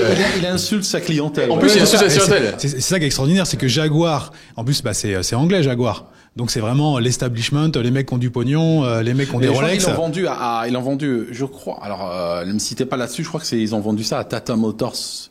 Je crois que c'est Tata Motors. Les Indiens, parce que les marques british, il y a presque plus aucune marque qui est british aujourd'hui. Ils ont tout vendu, littéralement. Oui, mais en fait, quand t'as fait toute ta carrière et ton succès sur, sur une audience, Jaguar, tout ça. Jaguar, tu changes. Tu t'appelles Jaguar. Donc en fait, depuis quand les gens qui sont woke ont de l'argent pour acheter les Jaguars? Non, ils en ont pas. Être woke, c'est un truc brocky. Et sur on en parlait juste avant, et c'est un truc qui m'a marqué cet été, c'est le film pour les enfants de cet été, c'est K-pop Hunter, je sais pas quoi là. Et mes enfants voulaient me faire regarder ça. Je vois dessin animé et tout. Je regarde le dessin animé, je fais waouh, c'est génial et tout. Et pas de truc woke. C'est-à-dire que bon, je spoil pour ceux qui l'ont pas vu, mais à la fin, le méchant qui a une vraie histoire, qui s'est repenti, qui est désolé, qui a trahi sa famille, mais qui est vraiment mal avec ça, eh ben il meurt quand même. Et ça, j'ai trouvé ça génial. T'as pas de lesbienne, t'as pas de gay, et les enfants adorent. C'est un succès planétaire. Il y a pas un truc woke dedans. Oui. Donc tout ça pour en venir à avec le wokisme, on gagne pas d'argent, on fait qu'en perdre. Effectivement, en tout cas pour ceux qui jouent le jeu en tant que marque ou en tant que positionnement, c'est un mouvement qui mène juste à l'autodestruction de soi par soi-même. Et bref, on avait déjà. Mais il y a un intérêt derrière. Tu peux me transformer en woke comme ça. Hein. Je t'explique comment ça marche réellement, vraiment, dans une corporate. Ça marche comme ceci. Je suis recruté, je suis VP, je dirige un département, machin, et je rencontre le CEO, il me dit, je suis super, t'es génial, on t'a recruté et tout. Maintenant, voici tes objectifs. Et il me dit, tes objectifs, c'est que, là, le problème, c'est que notre branding n'est pas très bon pour notre score CSG. C'est ce que j'allais dire, tu viens de parler du score CSG. Là, nous, on veut bien obtenir des finances, mais les marchés sont un petit peu durs avec nous ces derniers temps parce que il y a des financiers, ils peuvent pas nous lâcher des crédits si notre score n'est pas bon. Donc il va me dire, écoute, moi je te donne un bonus, je te mets 1 million d'euros sur la table, tu peux l'obtenir d'ici Noël. Par contre, il va falloir que notre score CSG augmente. Bon, moi j'arrive, le mec il m'a pas dit tu augmentes les ventes. Hein. Oui, bien sûr. Mais en fait, c'est la fake économie, l'économie justement bancarisée. On va te prêter de l'argent avec ton score ESG. Et puis la vraie économie. Faire une campagne woke, c'est tu prends un revolver et tu te shootes une balle dans le pied. Ouais. Ça ne fonctionne pas, ça irrite les gens. Même moi, quand j'en parle, ça m'énerve. Et en fait, tu vois, il y a ça, tu vois. Ouais. Il y a le Bud Light. Oui, Bud Light. Avec le queer, tu sais, c'est une Bud Light, une des premières marques américaines de bière. Et ils ont mis un trans, en mode, ouais, c'est génial et tout. Mais l'audience. C'est pas le four. Et Jaguar, le four. Bref. Go woke, go broke, comme disait Trump. Tout ça pour dire qu'il y a plus d'argent à se faire avec l'escrologie. Parce que, je sais pas si t'as vu, je pense que, bien évidemment, tu as dû le voir dans ton enquête, mais c'est un post un article sur le New York Post qui dit, on a un problème. On a beaucoup de fonds qui ont été levés pour l'écologie et on a perdu la trace de 50 milliards de dollars, peut-être 10 fois plus. C'est bien là, l'échelle. L'échelle, oui, de 50 à 500, voilà, on est, Et ça a disparu. Tu vois, là, il y a du blé à se faire. Oui. Il y a beaucoup de blé. blé. Il y a pas de marché. Donc ça va, tu vois, comment ça peut durer? Il y a une bulle. Il y a une bulle. Parce qu'à un moment donné, si tu veux, beaucoup de banques, beaucoup de fonds d'investissement ont dit, nous, on investit pas dans une entreprise si elle nous montre pas un score ESG élevé. Ouais. J'ai vu moi-même en boîte, en entreprise, on répondait à des appels d'offres d'administration française et autres, et de compagnies françaises. Et dans le cahier d'appels d'offres, donc tu regardes les questions qu'on te pose et tout, les questions techniques, bon, ça c'est normal. Et là, t'as une question, démontrer ce que vous faites pour le climat, démontrer ce que vous faites pour la diversité, etc. Et je te dis, c'est des questions éliminatoires. Si tu peux pas répondre, t'es foutu. Donc, mettons, tu vends des firewalls ou tu vends des trucs qui n'ont rien à voir, et puis les mecs te disent, tu fais quoi pour la diversité? Mais moi, je vais dire, moi, c'est pas mon métier, moi. Je vais dire, ils ont des camions, je vais dire, c'est totalement ça. C'est quand même extraordinaire. Donc, si tu veux, ça a créé toute une sorte d'industrie du fake, comme tu as dit, une industrie du fake, qui brasse des idéologies, qui brasse des slogans et tout, et qui va vendre littéralement de la halalisation. Ouais. Parce que moi, si j'ai une boîte, je vois que je perds des appels d'offres sans arrêt parce que je fais rien pour le climat, je vais appeler une officine, leur dire écoutez, aidez-moi, quoi. Dis-leur que tu traites tes déchets, peut-être tu vas pouvoir signer le contrat. Voilà. C'est fou. Et donc, avec ça crée, si tu veux, trop de dollars et trop d'euros qui poursuivaient des compagnies qui n'avaient finalement pas de bons produits, mais qui avaient un discours extrêmement ESG. Voilà. Et donc, ça crée, ça complètement. On est dans de l'économie idéologiquement dirigée. Hein. On est littéralement en URSS là. Complètement. Voilà, complètement. Donc, on n'est plus dans les mécanismes du marché. On est dans des idéologues, des commissaires qui disent ça passe ou ça passe pas. Forcément, on va au mur et forcément l'argent disparaît. Bien sûr. Mais il y a des gens derrière qui sont en train de s'enrichir. Hein, Bien sûr, alors, évidemment. Donc on a perdu la trace de milliards et de milliards de dollars étranges. Et du coup, il y a un truc que nous on a appris dans l'entrepreneuriat, puisque je pratique l'entrepreneuriat depuis une vingtaine d'années maintenant, c'est que le marché s'autorégule toujours. Tu peux faire autant d'interventions que tu veux. À un moment donné, la masse prendra le chemin qu'elle a décidé de prendre parce que c'est sa nature. Et le marché, un peu, c'est comme ça qu'il fonctionne. Ça finira par disparaître parce que ça casse les couilles de tout le monde. Que les gens vont faire exactement l'inverse de ce qu'on leur dira. Donc Jaguar, personne n'a acheté une putain de voiture qui ressemble à un Lego multicolore. Personne ne va acheter ça. Et les jeans de Sydney Sweeney se vendent à l'appel. Et donc, à un moment donné, cette distorsion du marché entre son idéologie et sa réalité pratico-pratique va tellement se voir que ça tiendra plus. Donc je pense...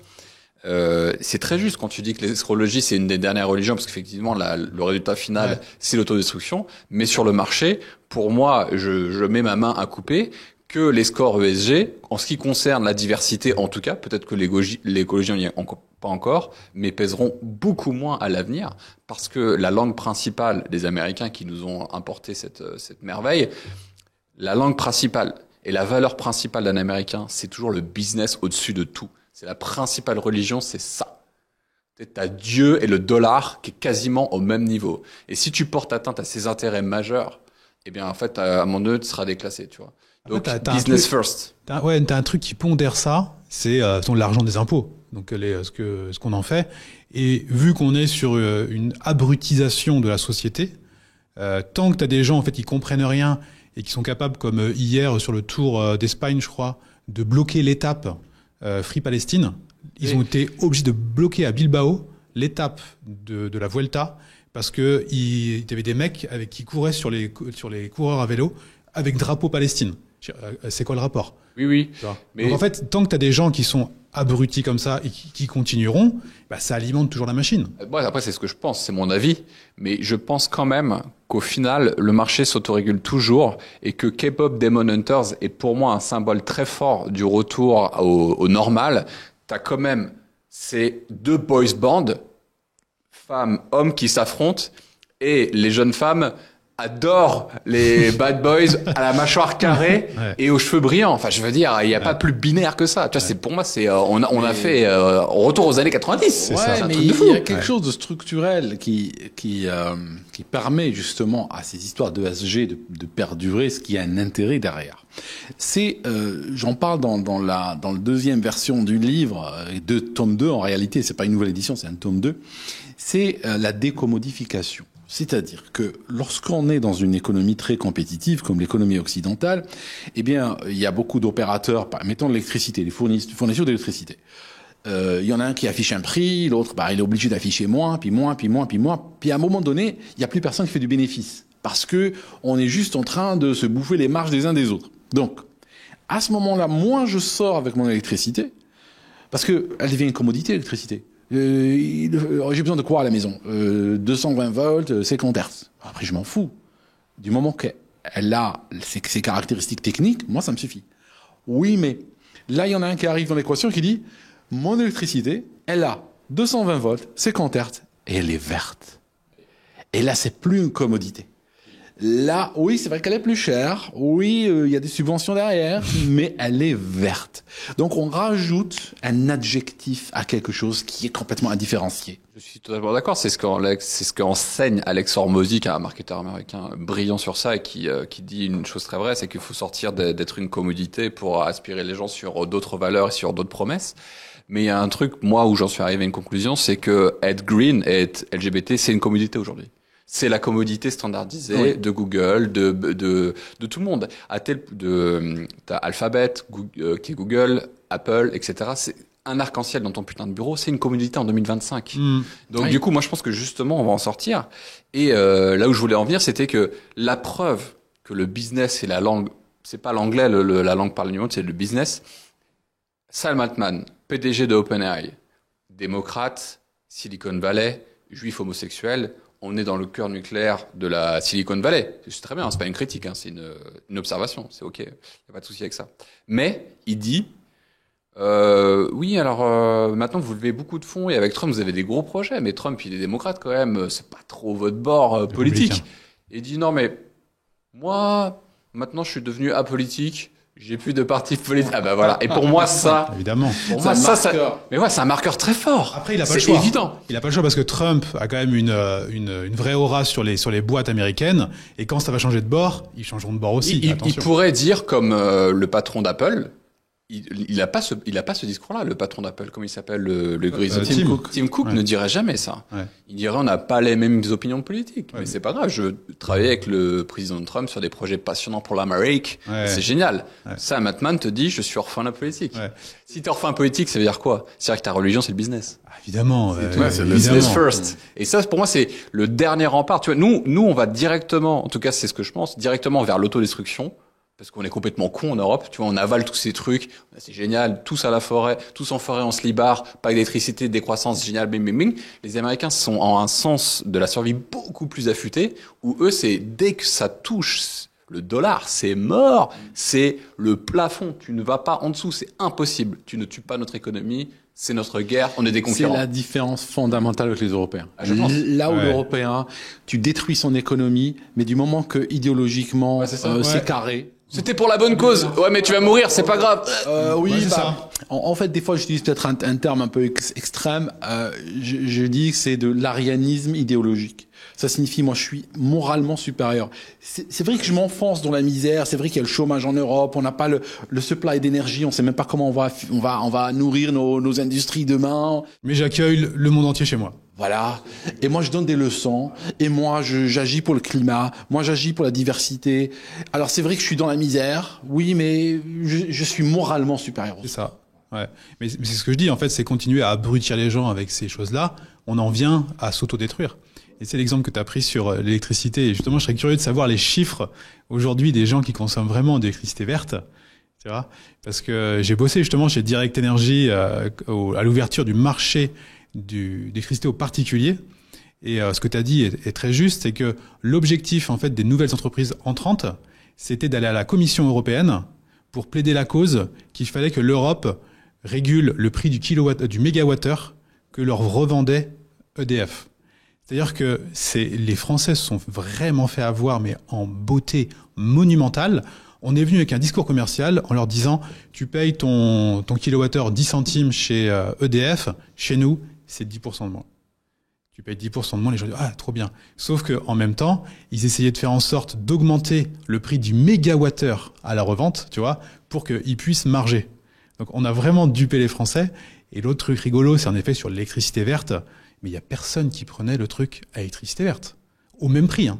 C'est-à-dire que ils avaient mis, tu avais le en vert au même prix, les gens préféraient toujours avoir le moins cher.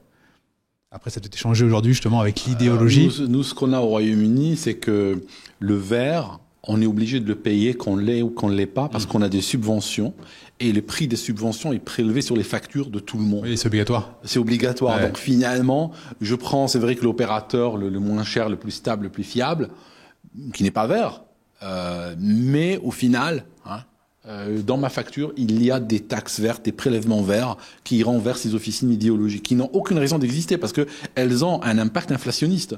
Et elles ont un impact inflationniste sur l'énergie, sur la bouffe, sur le transport, sur tout. Oui. Et finalement, c'est juste des gens qui viennent gangréner le système économique et puis prélever. Il faudra les chasser, ces gens-là, parce qu'ils n'ont strictement aucun apport. Il y a pas de plus-value qu'ils apportent. C'est tellement juste. Est-ce que toi, tu fais des analyses claires, carrées, brillantes, simples, il faut consommer et lire les livres d'Aldo. Est-ce que tu proposes des solutions? Parce que comment tu déloges des mecs comme ça? Comment tu déloges une Ursula von der Leyen qui arrive en disant Mercosur, c'est signé, allez-y, et allez tous se faire enculer, tu vois? Comment tu fais? Alors, pour mettre fin à ça, tu vois? Il faut plusieurs choses. Il faut être vulgaire. Oui, il faut plusieurs choses. Déjà, la première chose, c'est que je pense que, par exemple, si on parle des Français, du peuple français, il faut qu'ils reprennent leur destin en main. Tant que leur destin est aux mains de l'Union européenne et von der Leyen et des commissaires, il n'y a pas de solution. Ils continueront, et je peux même leur prévoir que 2026 sera pire que 2025. Et 2027, je peux leur dire un truc, elle sera encore pire que 2026. Donc, merci Aldo. Je veux dire, voilà. Maintenant, il faut qu'ils acceptent qu'à un moment donné, les peuples, qu'ils soient européens, africains, américains, peu importe, à un moment donné, ils prennent leur destin en main. C'est pas facile. Ça peut coûter, c'est vrai, il y a des gens qui disent, mais si je sors de l'Union européenne, la valeur de ma monnaie, de je sais pas quoi, oui, je sais. Tu vas morfler peut-être au début, oui, mais soit tu morfles un bon coup pendant 36 mois et tu reviens après plus tard plus fort. L'Islande en 2008, on les donnait morts.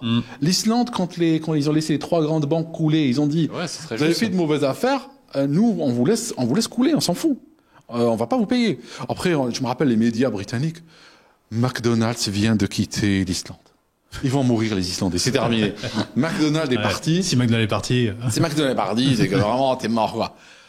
Ben aujourd'hui, l'Islande, ils vont très très bien. Très bien, l'Islande. Mais mais c'est vrai qu'au départ, ils ont pris quand même un coup. Il faut accepter. Hein. C'est comme aller chez le dentiste. On a une dent qui nous fait mal. C'est vrai que le dentiste, c'est casse-pied. On a peur et tout, mais on y va. On morfle un bon coup et après on se sent mieux. Les Français doivent déjà prendre le contrôle. Et ils doivent mettre une sorte de... Si je prends les anciennes références, ils doivent mettre une sorte de De Gaulle au pouvoir. Ah oui, mais là j'exagère peut-être. Maintenant, référence plus récente. Hein. Ah, faut le trouver. Ouais, putain. Faut le trouver. Ou bien ils mettent une sorte de Poutine au pouvoir. Voilà. Poutine, il y a des vidéos de lui. Hein, il ramène les dirigeants d'entreprises là dans avec le stylo, histoire du stylo. Le stylo, tout ça. Mais bon, bah toi, tu vas faire ça. Non, je suis pas en train de te demander. Là, je te l'impose. Là, maintenant, tu vas le faire. Là, maintenant. Le Mercosur, c'est fini. Oui, mais c'est fini, Mercosur. Je te l'ai dit, c'est fini. Ne lève pas la voix en ma prison. C'est fini. Voilà, c'est dégage. Et après, il signe et tout, et après l'autre, rends-moi le stylo maintenant. Rends-moi le stylo. Elle est culte, cette scène. C'est extraordinaire. Maintenant, tu me rends le stylo, ok? Et là, tu ramènes tous les gens importants pour l'économie française, tu ramènes les banquiers, tu ramènes les gens qui gèrent l'énergie, tout ça. Tu dis, bon, on va faire le nettoyage avec les caméras ouvertes, on fait maintenant le nettoyage. Ça signifie, c'est pas on va pas faire une session parlementaire et non, il y a ni débat ni rien. Je fais le dictateur. Maintenant, c'est réglé. Et ces gens-là, ils viennent aller dire, on veut augmenter, faire des lobbies, ils vont en prison. On crée un délit comme ça. Là, tu es en prison, là. Ennemi de la population. Quand est-ce que je peux voter pour toi? Quand est-ce que je peux voter pour Aldosteron? Moi, c'est ce genre de méthode. Voilà, je veux dire, je suis très en accord avec ça. Et là, tu nettoies le pays, c'est comme a fait le gars comment il s'appelle, au Salvador. Naïm Boukele. Oui, Naïm Boukele. Boukele, il a pris le pouvoir au Salvador. C'était foutu, le pays. C'est terminé. Là, il vient de fêter 3 ans sans homicide. Le pays d'Amérique latine avec le plus haut taux de crime est devenu le plus safe d'Amérique latine. Voilà. Je veux dire, à un moment donné, de fou. Je veux dire, c'est vrai qu'on aime bien la démocratie et tout, mais à un moment donné, on a besoin de gens qui ont plein pouvoir, qui savent ce qu'ils font et qui vont agir maintenant. Parce que si on commence à débattre, à trouver des coalitions, à trouver des machins, eh ben on passe 10 ans à juste débattre dans le vide pendant que la situation pourrit. Mais je pense que la plus grosse arnaque, excuse-moi de te couper, Fabien, c'est d'avoir fait croire que la démocratie était le système le plus vertueux qui existe pour diriger un pays, alors que c'est certainement l'un des plus vicieux et qui permet les dérives qu'on est en train de connaître aujourd'hui. Moi, je suis pour un pouvoir centralisé très fort, mais très c'est-à-dire digne. Très digne, qui agit dans l'intérêt du pays. Exactement. Pas quelqu'un qui pantoufle, pas quelqu'un qui dit alors moi je suis au pouvoir aujourd'hui et demain je vais me retrouver à la Commission européenne ou je vais me retrouver directeur général à la, je sais pas moi, au Crédit Lyonnais. On veut pas ça. Un amoureux de son pays surtout. Un amoureux de son pays. Quelqu'un qui dit moi je suis là, je reste et je veux faire le nettoyage. D'ailleurs, il y a un autre pays. Javier Milei, l'Argentine. Argentine. Exactement. Dans tes pensées. L'Argentine, voilà, il est en train de redresser. Là, c'est un autre traitement face à un autre type de maladie très grave qui s'appelle le fonctionnariat. Donc moi aussi, je milite. Moi aussi, je milite contre le fonctionnariat à son plus simple appareil, c'est-à-dire même pas 1%. On en a combien là? Il faudrait diviser par 10 pour que ce soit raisonnable. Et lui, c'est pareil, c'est afuera. Donc les fonctionnaires, ça dégage, l'État, ça dégage, machin, etc. Et on reconcentre sur des choses saines, efficaces, etc. Oui, moins on a d'État, mieux la société fonctionne, sur tous les plans. L'État, par exemple, en France, alors, au Royaume-Uni, on est à peu près au même chiffre, pratiquement 1 euro sur 2 de PIB, la moitié de l'argent, de la valeur créée par la société française est dépensée par l'État. Je veux dire, c'est un cancer, là. Donc, il dépense ça. En plus, il s'endette parce qu'il s'arrange pour être déficitaire. Donc, on lui donne la moitié du revenu. Oui, mais ça suffit pas. Non. Donc, il doit s'endetter, en plus. Donc, nous endetter collectivement. Et en plus de cela, eh ben, les rôles régaliens sont pas assurés. Eh oui. Attends, moi, je veux dire, si 50% du revenu national brut est dépensé par l'État, moi, je m'attends d'ouvrir la porte le matin, trouver un tapis rouge, des musiciens qui, et voilà, bonjour, il y a un contribuable qui part travailler, la caméra qui est là. Moi, je veux ce genre de traitement. Non, on va traiter comme des Montcréens. Et c'est de ta faute, comme a dit François Bayrou. Ah, oui, c'est ta faute. Évidemment. C'est ta faute. Oui, tu dois payer plus l'année prochaine, on va augmenter les prélèvements. Donc, je veux dire, à ce stade. Et ce qui est fou en plus, c'est que on le traite nous dans nos challenges quand on parle d'intelligence financière. Donc nous sommes le pays, et même sur l'expatriation, nous sommes le pays qui s'endette le plus au monde, ou quasiment avec, je sais plus l'autre lequel, et qui taxe le plus au monde. C'est-à-dire que l'argent, on le prend, on en fait n'importe quoi, et le pays, les pauvres s'appauvrissent. Enfin, à un moment, même la redistribution dans ce pays ne fonctionne pas. Donc tant que, en fait, les gens ne comprendront pas que l'économie, il peut pas y avoir une intervention trop forte de l'État pour qu'elle prospère. Et c'est justement ce que tu disais sur la démocratie, puisque la démocratie, elle prend sa source à Athènes, en Grèce, mais ça n'a rien à voir avec la démocratie qu'on a aujourd'hui. C'était pas des idiots qui votaient. Et on le voit bien aujourd'hui que pour être élu, si tu arrives à abrutir une population, lui donner un message simple et qu'elle vote pour toi, tu te retrouves au pouvoir. Donc ce que comprennent pas les gens, c'est que la démocratie comme on la connaît aujourd'hui, en fait, on se tire réellement une balle dans le pied. Et pour finir sur Javier Milei, sur LinkedIn hier, magique, je tombe sur le post de la chargée de la mairie de Paris sur l'encadrement des loyers. Et là, ils sont très contents d'avoir mis des affiches dans Paris. À Paris, attention, on fait pas n'importe quoi, les loyers sont encadrés. Et le problème de l'Argentine, c'était quoi? À Buenos Aires, c'est qu'il y avait un problème de logement, de crise de logement, parce que justement, les loyers étaient encadrés, et donc, en fait, les propriétaires ne voulaient plus louer, parce qu'ils gagnaient plus d'argent, c'était plus rentable. Lui, il a dit, on arrête ces conneries, les gars. Vas-y, c'est la loi du libre marché. Qu'est-ce qui s'est passé? Eh ben, il n'y a plus de crise de logement. Ils ont tenté la même chose en Suède, encadrer les loyers et tout. Ils ont une crise et c'est devenu impossible à louer. Ah oui. Oui. Je connais bien la Suède, ma femme est franco-suédoise. Et je vais souvent de temps en temps en Suède. Les Suédois ont un avantage par rapport aux Français. C'est que, alors, ils testent toutes les idéologies de merde, hein, comme tout le monde. Ils le font, hein. Ouais. Donc, LGBTisme à fond, les dracos arc-en-ciel sur tous les monuments suédois. Enfin, quand tu vois le bon gros Sven, ancien viking, avec des putains de drapeaux LGBT sur les monuments de Stockholm, ça fait mal. Mais enfin, Ils bref. sont moins comme nous, quand même. Oui. C'est différent de nous, hein. Ils sont plus pragmatiques, tu vas dire? Oui, je vais expliquer. Ah, pardon, je te coupe. Même sur le LGBTisme, Oui. moi, quand on était en vacances, il y a 2 ans, je crois, Ouais. en Suède, premier jour où je débarque, partout, c'était une fête LGBT. Je me suis dit, mais qu'est-ce que c'est que ce putain de délire? Et en fait, nous, on a vraiment un délire monumental. Eux, ils sont plus dans l'ouverture, quand même. Ouais, c'est Tu un peu ça. C'est moins violent que chez nous. Je vois ça chez ma belle-mère, c'est important pour eux, Ouais. tu vois, de faire preuve de tolérance. Mais en fait, c'est un peu, il y a un côté où ils nous prennent un peu pour un sous-peuple. C'est un peu nous, les Suédois, qui sont quand même un peu plus intelligents et plus beaux et grands que vous. Ce qui est vrai. Bon, voilà, allez-y, amusez-vous. Bref, ils ont ouvert un peu sur l'immigration également, mais l'immigration mal contrôlée. Ils ont commencé à avoir des problèmes d'agression, de viol, etc. Et donc, sur ces questions-là, ils observent, et ils reviennent en arrière. Ils ont, ah non, mais en fait, ça marche pas. Ils ont testé à l'école les écrans, tablettes, iPad, machin. Ils ont dit, c'est de la merde. On oublie, on revient en arrière. Immigration, pareil.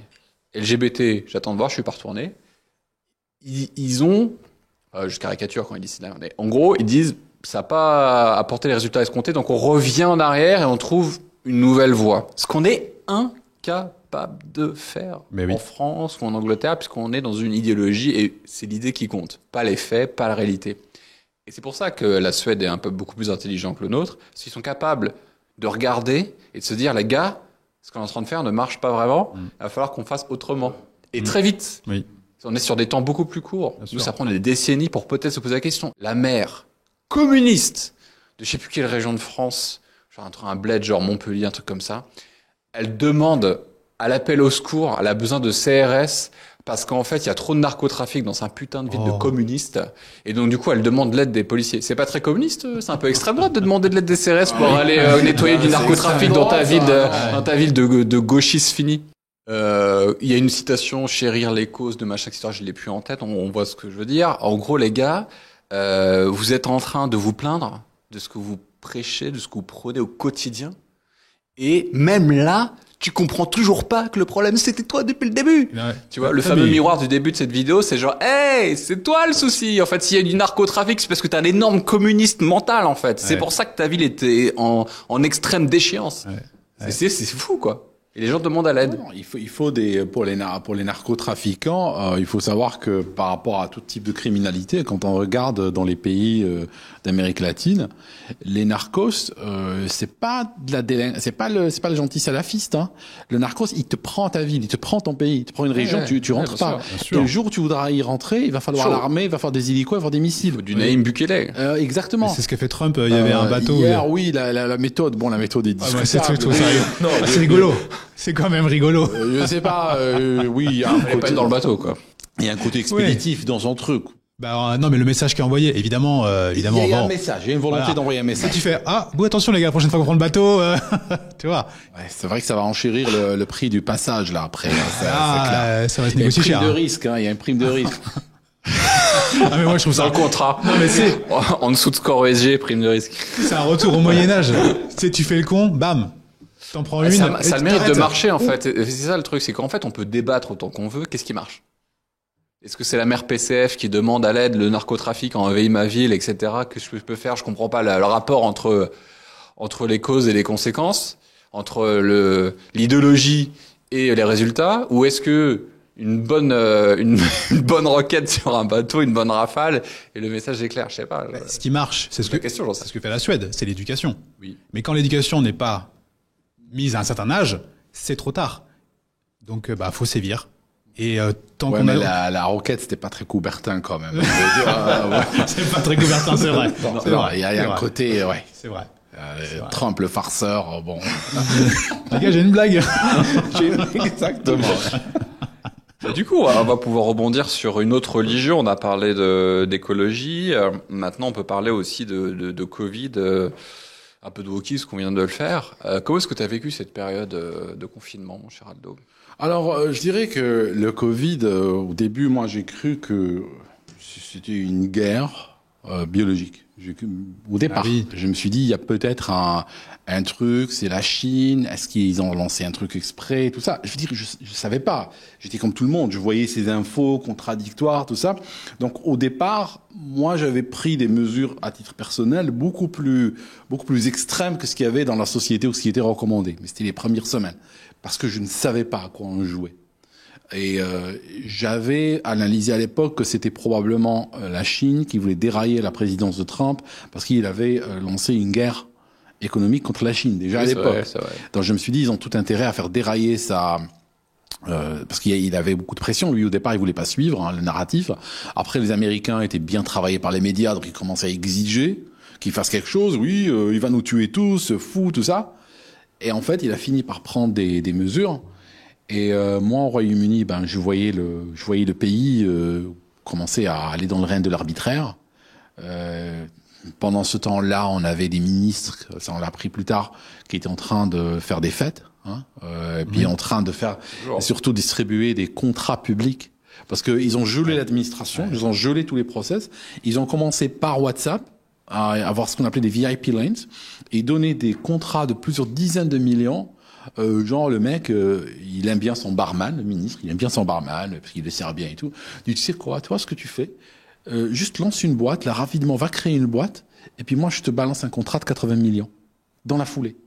Alors que dans un système normal, ça passe par plusieurs niveaux de commission, de vérification pour veiller à ce que cette entreprise a l'expérience, a les épaules, a la capacité de donner aux contribuables pour 80 millions. Et tout a été jeté à la poubelle, l'argent a disparu, tout ça. Alors moi, comment j'ai vécu? À un moment donné, je suis parti. J'ai quitté le pays, je suis parti en Croatie avec ma famille. Pourquoi? Parce que c'était le seul pays... Croatie. Ah oui, Croatie, mais c'est pas parce que j'avais des atomes crochus avec la Croatie, c'est tout simplement, j'étais en train de googler, et c'était le seul pays qui avait encore, qui acceptait les gens sans PCR, sans rien du tout, c'était juste ça. Donc... Il y avait la Suède aussi. Il y avait la Suède, oui. J'ai hésité entre la Suède et la... Dans le monde, dans le monde entier. Ouais. Ah t'avais le Mexique où c'était plein de balles. Mais après, il fallait retrouver des vols directs, tout ça, parce que après, si tu voulais transiter, ils te demandaient, c'est assez compliqué. Il y avait beaucoup de vols qui étaient annulés, qui n'existaient plus, tout ça. Donc, c'était pas évident. Donc, ce qui m'a fait réagir, c'est quand ils ont annoncé à la télé, on va fermer les frontières britanniques. Je me suis dit, j'ai pas envie de me faire enfermer avec des détraqués. Parce qu'à l'époque, je pensais il disait en tout cas, il promettait de venir nous vacciner contre un mur, hein. Ça c'était clair. Ouais. Et donc, c'est ouf. Hein. Mais à genoux, monsieur, s'il vous plaît. Ce qui est drôle, c'est l'amnésie collective qui a suivi ça. Aujourd'hui, pas de problème. Et en fait, ce que j'ai fait, à un moment donné, un soir, je dis à ma femme, écoute, prépare les affaires rapidement, ce que tu peux là, rapidement. Moi, je vais acheter des billets. Et j'ai acheté des billets pour le lendemain matin, très tôt, pour la Croatie. Et donc, on est arrivé en Croatie un petit peu à l'arrache, hein, comme ça. Comme ça. Allez, juste comme ça, sans zéro préparation. Je veux dire, je t'ai dit, on a acheté les billets à 22h, on était dans le premier vol à 7h du matin, quoi. Ah ouais, d'accord. La décision. Je veux dire, j'avais lu le Wikipédia sur la Croatie, quoi, en termes de préparation. C'était tout, énorme. Quoi. On arrive, premier Uber, là, on le prend. Le mec, il nous explique en route, là, que les autorités de Croatie font pas assez contre le Covid. Aïe. Je lui ai dit, écoute, moi, je suis parti d'un pays qui en faisait assez. C'est clair. Donc là, mais quelque part, psychologiquement, je vais dire que c'était là où le divorce avec le Royaume-Uni a été consommé. Sincèrement, quand on arrive à prendre ton bébé et ton épouse sous le bras, fuir d'un pays parce que tu dis ils ont perdu la tête, there is no comeback. Tu ne reviens pas de ça. C'est fini. Tu peux pas revenir. C'est terminé. C'est one way. Donc, je suis parti en Croatie, c'est vrai. Après, la Croatie a commencé à tourner un peu au Royaume-Uni. Ça signifie, au départ, je suis arrivé, les restos étaient ouverts, les gens vivaient normalement. Puis 15 jours plus tard, on va fermer les restos. Et puis après, on va imposer les masques. Et puis après, les magasins, il y avait des préposés avec du gel, du gel dans le monde. Et tout. Puis au bout d'un moment, je dirais, ou 3 mois, en plus, rajoute à ça les tremblements de terre. C'est un pays, ça bouge, hein, il faut savoir, hein, la Croatie. Je veux dire, si on est claustro, on a peur de se faire enterrer vivant, c'est peut-être pas le pays à visiter en priorité, quoi, parce que ça bouge sans arrêt. Moi, j'ai vécu à peu près 1 millier de tremblements de terre durant ces 3 mois. Alors, on a eu le gros. On a eu un gros, c'est en décembre. On a eu méga, ça, c'était à leur décharge. C'était le plus fort depuis 150 ans. Ah oui, quand même. Mais ils ont tous les 3 jours un qui est le plus fort depuis 150 ans, quoi. Je veux dire, la ville est lézardée, tout ça. T'arrives à la cathédrale principale de Zagreb, t'as la moitié de l'équipement qui est en bas, qui est tombé, tout, puis ils sont en train de le réparer. Je vais dire, il faut arrêter, quoi. Les mecs, ça bouge beaucoup, quoi. C'est vraiment trop. Sincèrement, c'est trop. Donc, j'ai fini par dormir dans la nature, hein. J'ai dormi dans la nature, moi. Par une température de moins je sais pas combien. J'imagine, moins 5 degrés. Je suis en train de dormir dans le jardin. Et pourquoi? Parce que j'ai pas dormi. J'étais comme le film Insomnia. Tu connais le film? Parce que j'ai pas dormi depuis une semaine. Ah ouais. Ça bougeait toute la nuit. J'ai éloigné le lit du mur parce que juste pour réduire les vibrations, parce que voilà. Et au bout d'une semaine, j'arrive pas à dormir. Je suis arrivé dans le jardin, au milieu. Je suis tombé, je me suis endormi dans le jardin par moins 5 degrés. Alors je me suis dit, écoute, est-ce qu'il vaut pas mieux rentrer au Royaume-Uni? Parce que là, soudainement, le père Boris Johnson, il paraissait comme très sympa par rapport à ce que je disais. Alors oui, là, on a pris notre affaire, on est parti, on est revenu. D'accord, on est revenu. Donc, on est revenu avec un PCR, tombé du camion et tout ça. Voilà, hein, tout le monde comprend.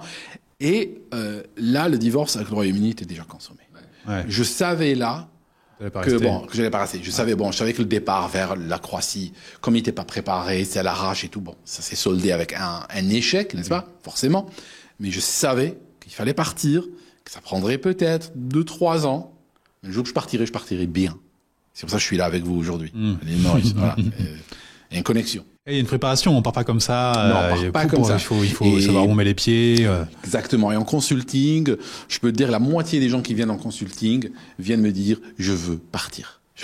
Et moi, ce que je leur dis, alors, j'admets que dans à peu près 30-40% des cas, après avoir écouté les gens, posé des questions, je les regarde droit dans les yeux, je leur dis non, vous ne partez pas.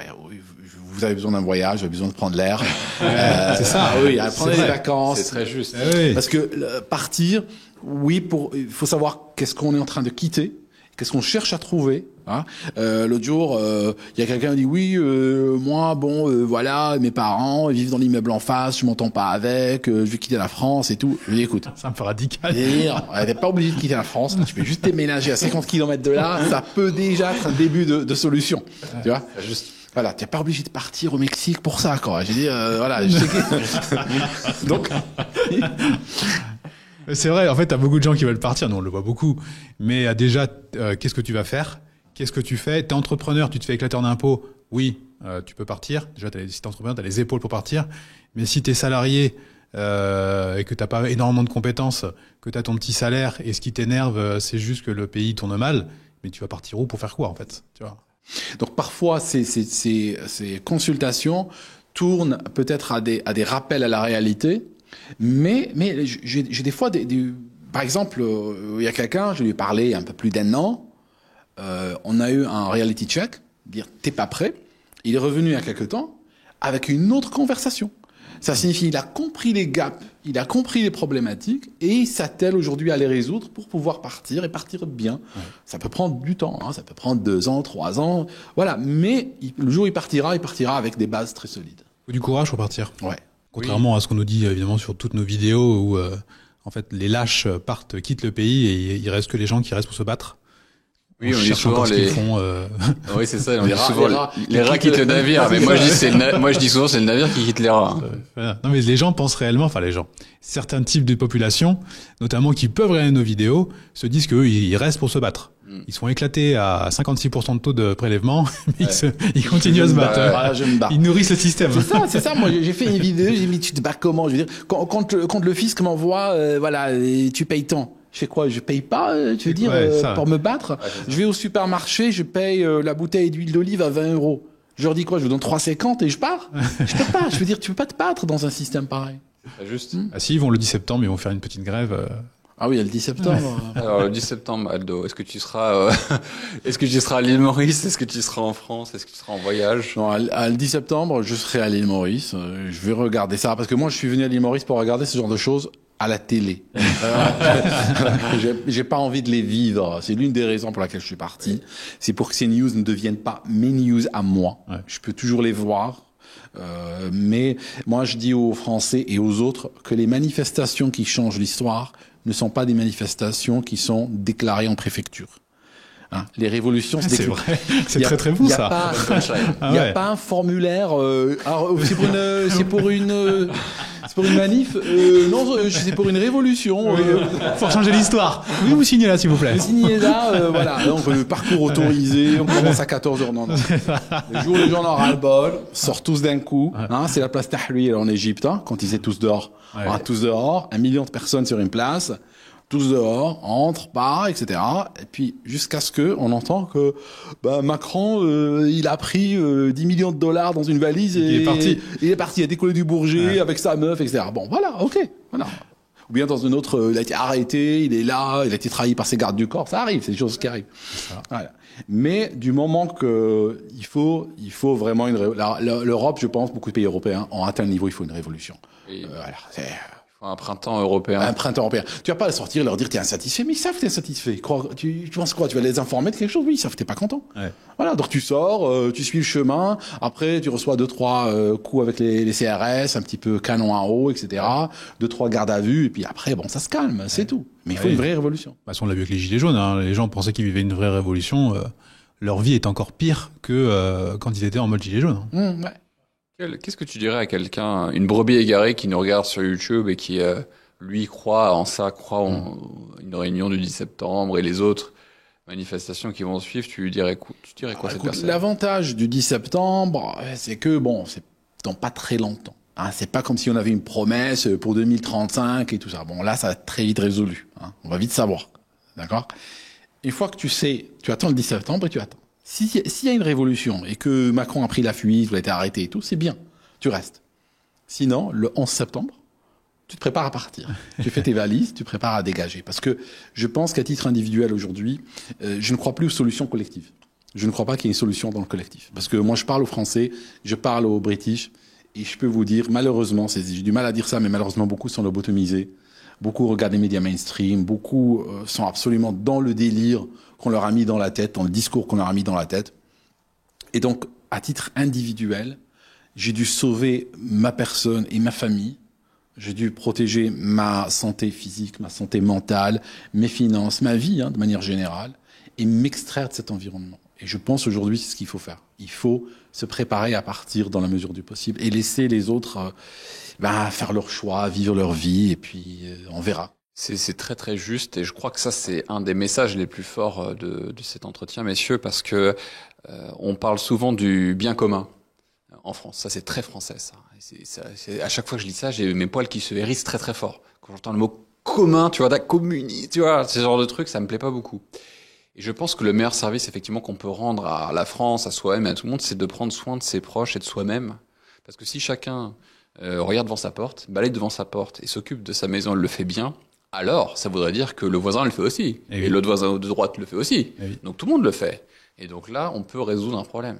Mais je pense que effectivement, l'intelligence, qu'on appelle ça, de groupe ou autre, est très limitée et qu'on ait fait le crash test du Covid, le crash test de l'écologie, le crash test du wokisme, nous ont montré qu'il n'a pas d'espoir dans le groupe, malheureusement. Bien sûr. Non, il n'y a pas d'espoir. Et des fois, les gens qui partent arrivent. L'autre jour, je parlais à un mécanicien qui est parti aux États-Unis.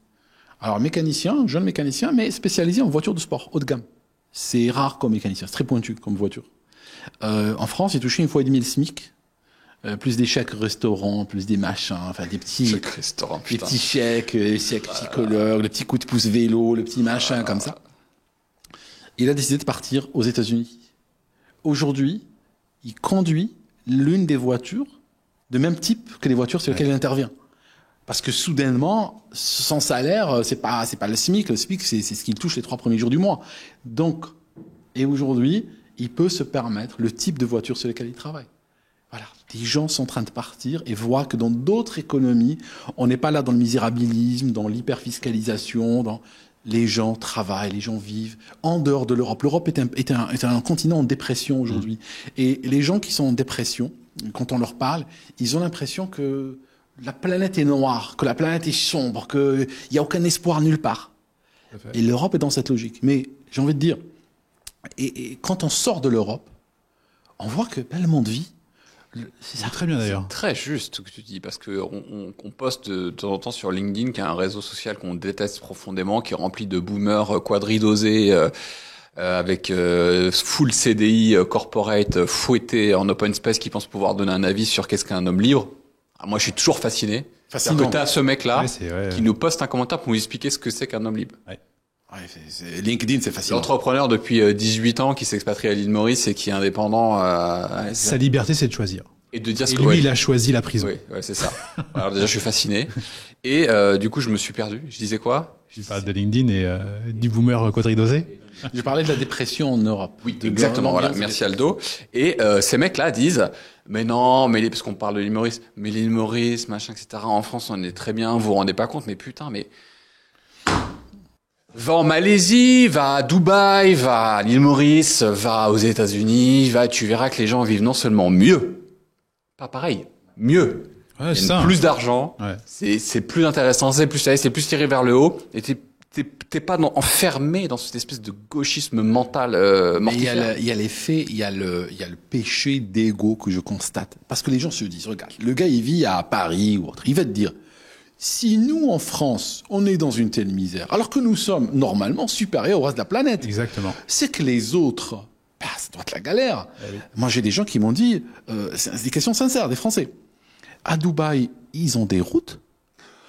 Ouais, c'est rigolo. Je vais dire, ben oui, un petit peu, oui, ils ont des routes. J'ai appris. Mais ces gens, ils voyagent jamais, ils prennent pas l'avion. Ben non, parce qu'en France, en fait, on est tellement bien en France, tellement bien en Europe. En fait, il y a l'Europe et tout le reste de la planète, c'est des sauvages.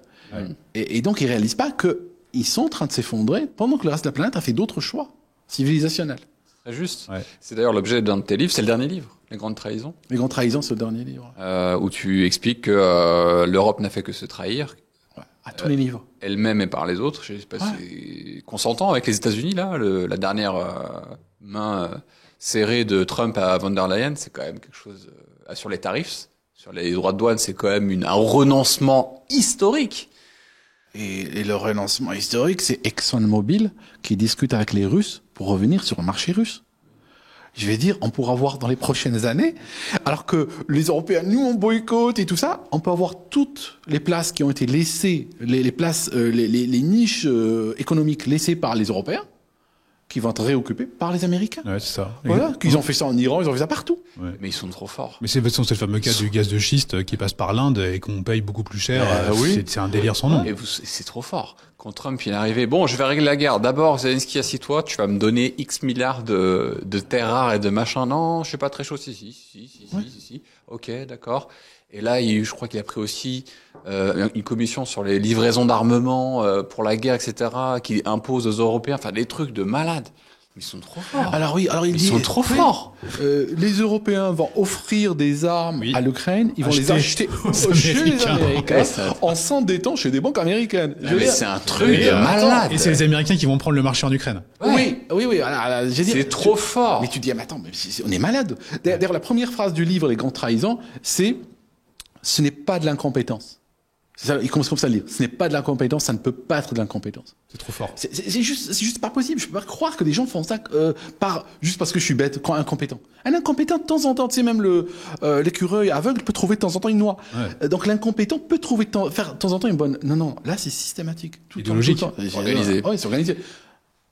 Il y avait ce matin avant de partir, je vois sur mon Insta la Star Knafo qui parle à Van der Leyen sur le Mercosur justement. Ah, j'ai pas eu le temps de la voir ça. Ouais. Et en gros, on va lui poser des questions, mais en fait vous faites n'importe quoi. C'est marché ouvert à l'Amérique latine sur des normes totalement différentes de l'Union européenne, et du coup ça fait une énorme concurrence aux agriculteurs. Si t'es normalement calibré, tu comprends pas. Donc elle lui pose des vraies questions, et les réponses qu'elle lui apporte, c'est oui, mais on doit aider les autres.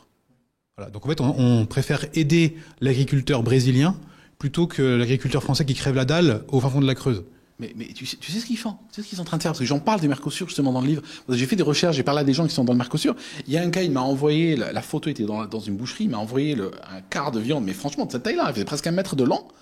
Le prix, c'était un prix, je crois qu'on était en train de parler de 16 €, un truc comme ça, parce que le prix était très élevé, c'est écrit avec beaucoup de zéros. Ouais. Mais c'était dans leur monnaie locale. J'ai dit, tu peux m'aider un petit peu? Elle m'a dit, oui, c'est 16 €. C'est la folie. Mais on nous dit en Europe, oui, mais attention, c'est un accord de libre-échange. Nous aussi, on peut aller vendre des choses là-bas. Tu vas prendre quoi? Tu as des pays là-bas où la moitié de la population vit de l'économie informelle. Ouais.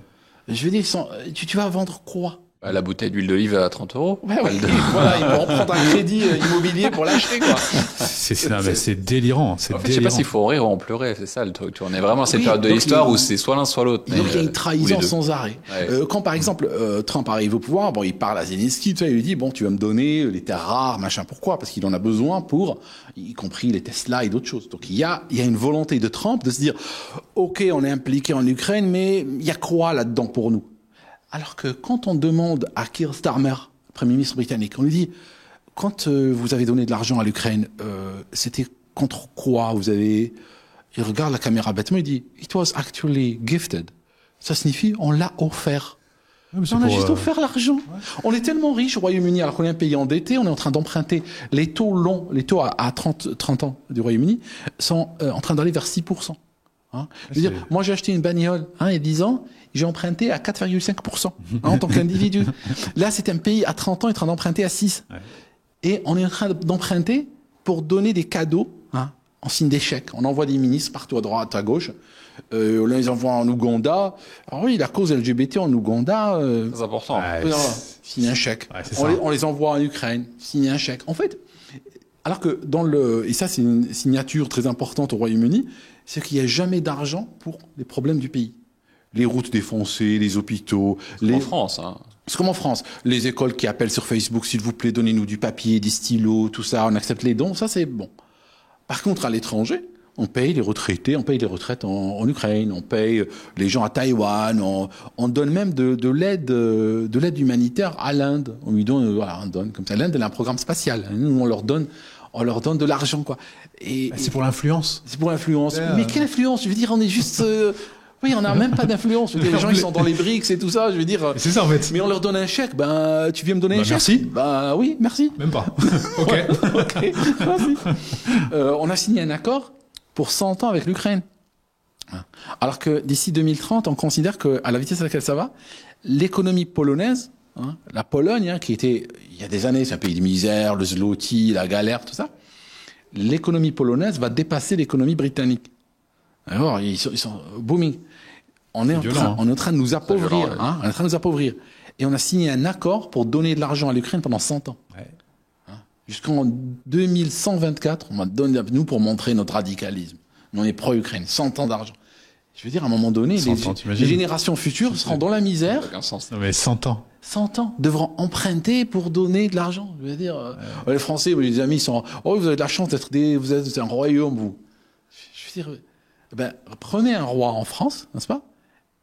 Mettez-lui une couronne et regardez-le, vous parlez de climat et vous parlez d'inclusion et tout ça. Je veux dire. C'est pas le projet de Louis XX, visiblement. Louis de Bourbon, c'est pas son projet. Hein. Quand tu regardes sur son compte Instagram, parler de climat, lui. c'est pas son. Non, c'est pas son truc. Il y a beaucoup d'images d'église. On va.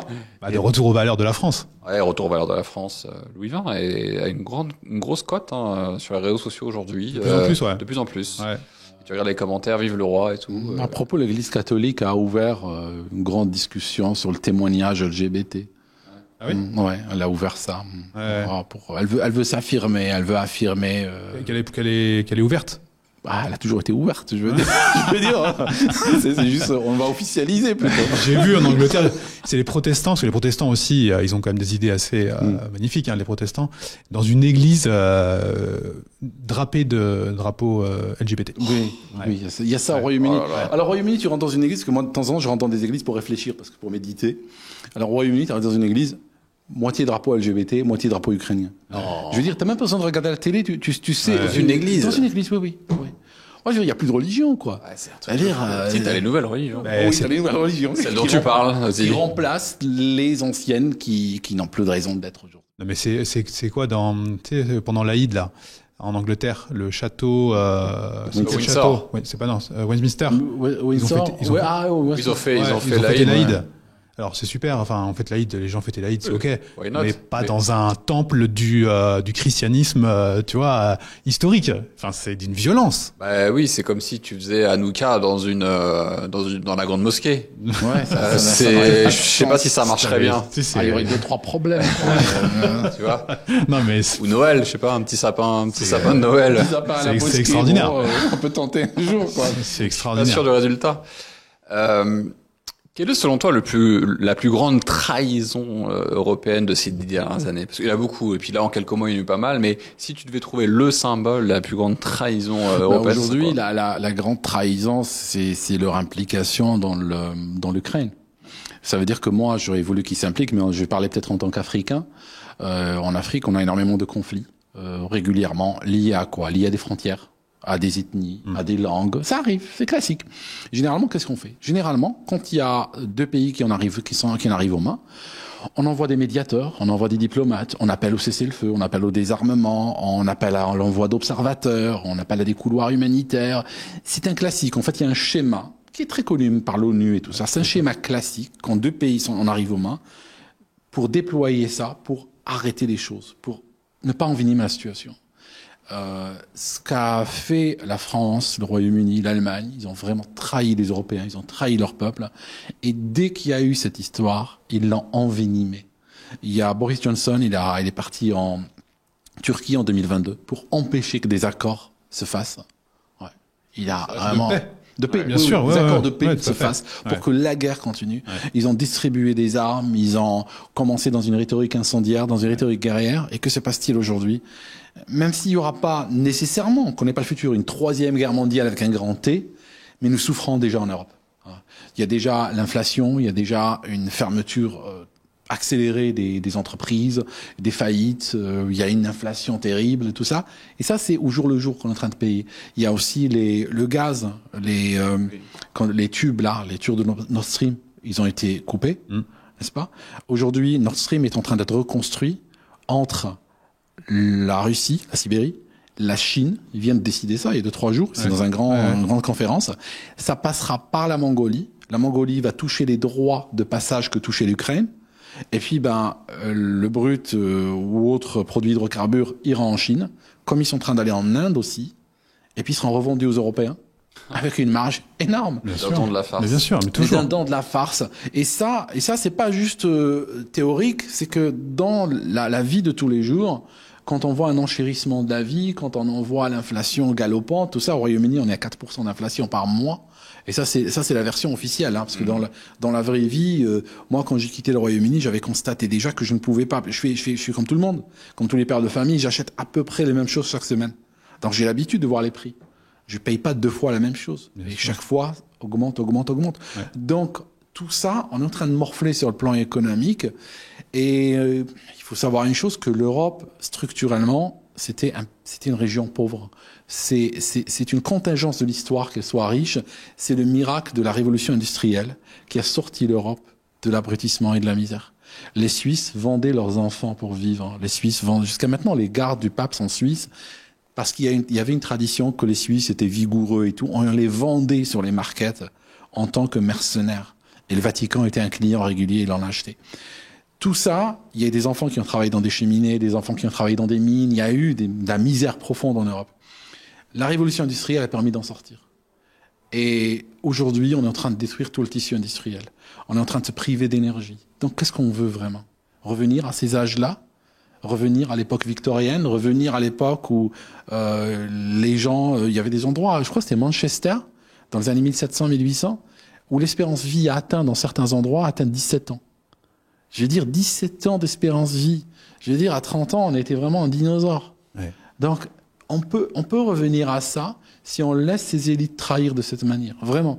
Soit on les arrête, hein, manu militari, soit l'Europe va passer dans des âges sombres, mettre à des siècles à en revenir. Est-ce que c'est trop tard? Alors, c'est pas très chrétien de dire c'est trop tard. Là, j'essaie de garder la foi, n'est-ce pas? Un de mes mottos, c'est garde la foi. C'est pas trop tard, mais je veux dire, on est peut-être à minuit moins 5. Ouais, dernier quart d'heure avant la fermeture des stores. Oui, ça, en fait, ça continue toujours à creuser, hein. Tu sais, ça fait 2 ans que je suis à Maurice et du coup, j'ai un regard beaucoup plus loin sur la France. Et donc, en fait, les nouvelles, elles arrivent les unes après les autres. Et tu te dis, mais ça ne s'arrête absolument jamais. On creuse tout le temps. Le seul truc, le truc d'espoir qui arrive, c'est le wokisme commence un petit peu à disparaître. Mais surtout, les trucs économiques, les choix qui sont faits sur la guerre, tu dis, mais les mecs ne s'arrêtent jamais. Jamais. Oui. C'est très vrai. Moi, j'ai un recul un peu plus important puisque ça fait maintenant 8 ans que je suis là et j'entame ma 9e année. Et donc j'ai à la fois la désagréable impression d'avoir eu raison suffisamment tôt.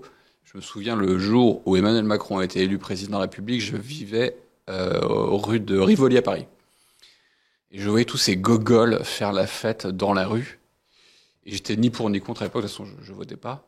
Je me dis mais comment est-ce qu'on peut être autant heureux qu'un tiers et un poste président de la République? Comment on peut faire autant la fête quand le lendemain, tu vas reprendre ton putain de job de merde et te plaindre de ta situation, tu vois. Comment, à quel point il va te sauver, tu vois, à quel point ça a changé quelque chose. Les États, les gens, c'est génial, Macron est président de la République. Je dis, c'est con, quoi, mec. Ouais. Mais si tu mettais autant d'énergie pour changer ta vie, peut-être que t'aurais pas besoin de danser quand un gogol est élu. Je parle pas du président celui-là, mais les autres, tu vois, ces gens-là. Et donc, je suis parti. Et j'ai vu à la fois l'effet cumulé, des mauvaises décisions françaises et européennes et l'État sur les finances, le pays, etc. Et à la fois l'effet cumulé de ma propre situation à l'île Maurice et comment elle est diamétralement opposée au destin français. C'est-à-dire que la France a coulé et moi j'ai prospéré. Ouais. Vraiment, mais beaucoup plus que la moyenne des Français. C'est-à-dire que je me suis enrichi à tous les niveaux. Et quand je dis riche, pour moi, c'est pas que argent. Attention, hein. Quand enrichi, pour moi, c'est tout le pack qui va avec. Oui. Le bien-être, la santé, les relations, le temps, l'apaisement, le niveau de stress, les activités, tout ça, pour moi, ça va être riche. Tu as bien fait d'en parler, oui. Parce que je réalise que l'Europe est anxiogène. Mon niveau d'anxiété et de stress a baissé de beaucoup depuis que je suis ici. On réalise quand on sort. Mais tu as raison de l'avoir souligné aussi. C'est quand on sort qu'on réalise. Parce que quand on est dedans, on le subit. Mais une fois que tu te vois depuis dehors, c'est différent. Moi, j'ai acté mentalement mon départ en 2021. Ça a pris du temps pour convaincre ma femme. On a passé 4 mois au Costa Rica en 2021. C'était justement, on voulait partir en voyage. C'était Covid. On a regardé la carte. Où sont les pays où il n'y a pas besoin de PCR? Donc, l'Asie, t'oublies. L'Europe, ça me saoulait, c'est n'importe quoi. Il y avait Mexique, c'était, tu rentres pleine balle là-dedans. On a déjà fait. Et là, je vois Costa Rica. Juste une assurance. Je vois, OK, allons au Costa Rica. On était parti pour rester un mois, on est resté 4 mois. Un pays libre, ouvert, des gens intelligents, gentils. Ouais, je ferai peut-être le Costa Rica. Il faut faire le Costa Rica, c'est obligatoire. Donc, Grosse inflation, apparemment, c'est pas... alors, ça coûte extrêmement cher, attention, faut avoir les moyens. Hein. L'alternative qui marche bien en ce moment, c'est le Paraguay. Le Paraguay, ouais, parce que de toute façon, les pays d'Amérique latine sont obligés de suivre le Costa Rica. C'est un pays qui est démilitarisé depuis les années 70. Bon, c'est un choix. Ils sont sous défense américaine et ils ont décidé de reboiser le pays et ils font de l'écotourisme. T'as, je crois, 5 ou 7% de la biodiversité mondiale qui est au Costa Rica. Et tu as une région qui est grande, moins grande que la Bretagne, où tu as 3%. C'est-à-dire que tu sors chez toi, tu vois des singes, des perroquets, tu vois absolument tout, c'est magique. Les gens sont très très gentils. Et quand on est rentré en France, alors déjà on est rentré en France, il y avait un nouveau variant brésilien qui tue apparemment toute la population brésilienne. Oui. Dans le monde, le monde, c'était énormément marqué. Tu sais, je me disais, mais putain, c'est bizarre, c'est pas ce que je vis au Costa Rica où on a le même variant et c'était marqué noir sur blanc. Tous les Brésiliens ont dans leurs proches des gens qui sont morts. Tu vois. Là, tu fais waouh. Et le monde, tu te dis bon, le monde, même si c'est pas foufou, enfin les gars, à un moment, c'est énorme. Évidemment. Attends, je termine. Et du coup, on rentre en France et 11 jours de quarantaine. 11 jours de quarantaine parce qu'on rentrait du Costa Rica sur le variant je ne sais quoi. Donc on s'est fait déjà défoncer le nez au départ. À l'arrivée, à Charles de Gaulle, c'est une zone de guerre. J'en ai pas connu, mais on est dans un film. C'est-à-dire que tu arrivais, tu avais le hall, il était rempli du secours populaire qui voulait te faire passer un test PCR. Les gens restaient la journée entière agglutinés. J'ai même vu une dame, elle était comme ça, de 50-60 ans, avec sa fille, elle était debout comme ça, elle est tombée à la renverse, à l'arrière, comme ça, tu vois. Devant les policiers, il y a personne qui l'a relevé. Personne. Tellement c'était l'hystérie générale. On rentre chez nous, 11 jours de quarantaine, tu as le droit de sortir de 10h à midi, et tu as la gendarmerie, alias la Gestapo, qui peut venir à tout moment pour voir si tu es chez toi. Si tu n'es pas chez toi, je crois que tu te prenais 500 € d'amende par personne. Et ils sont venus 2 fois. Waouh, ils ont le temps, hein. T'as vu comme ils ont le temps soudainement, ils ont les moyens là. C'est fou ça. Ils le sont narcotrafic, le Covid frappe à ta porte. Oui. Parce que évidemment, si je sors après-midi, je suis quand même un dangereux criminel, un danger pour la société. Bien sûr. Et là, je me suis dit, mais non, mais c'est pas possible. Et t'avais une hystérie, une amnésie collective où les gens étaient quand même assez d'accord avec ça, hein, attention. Hein.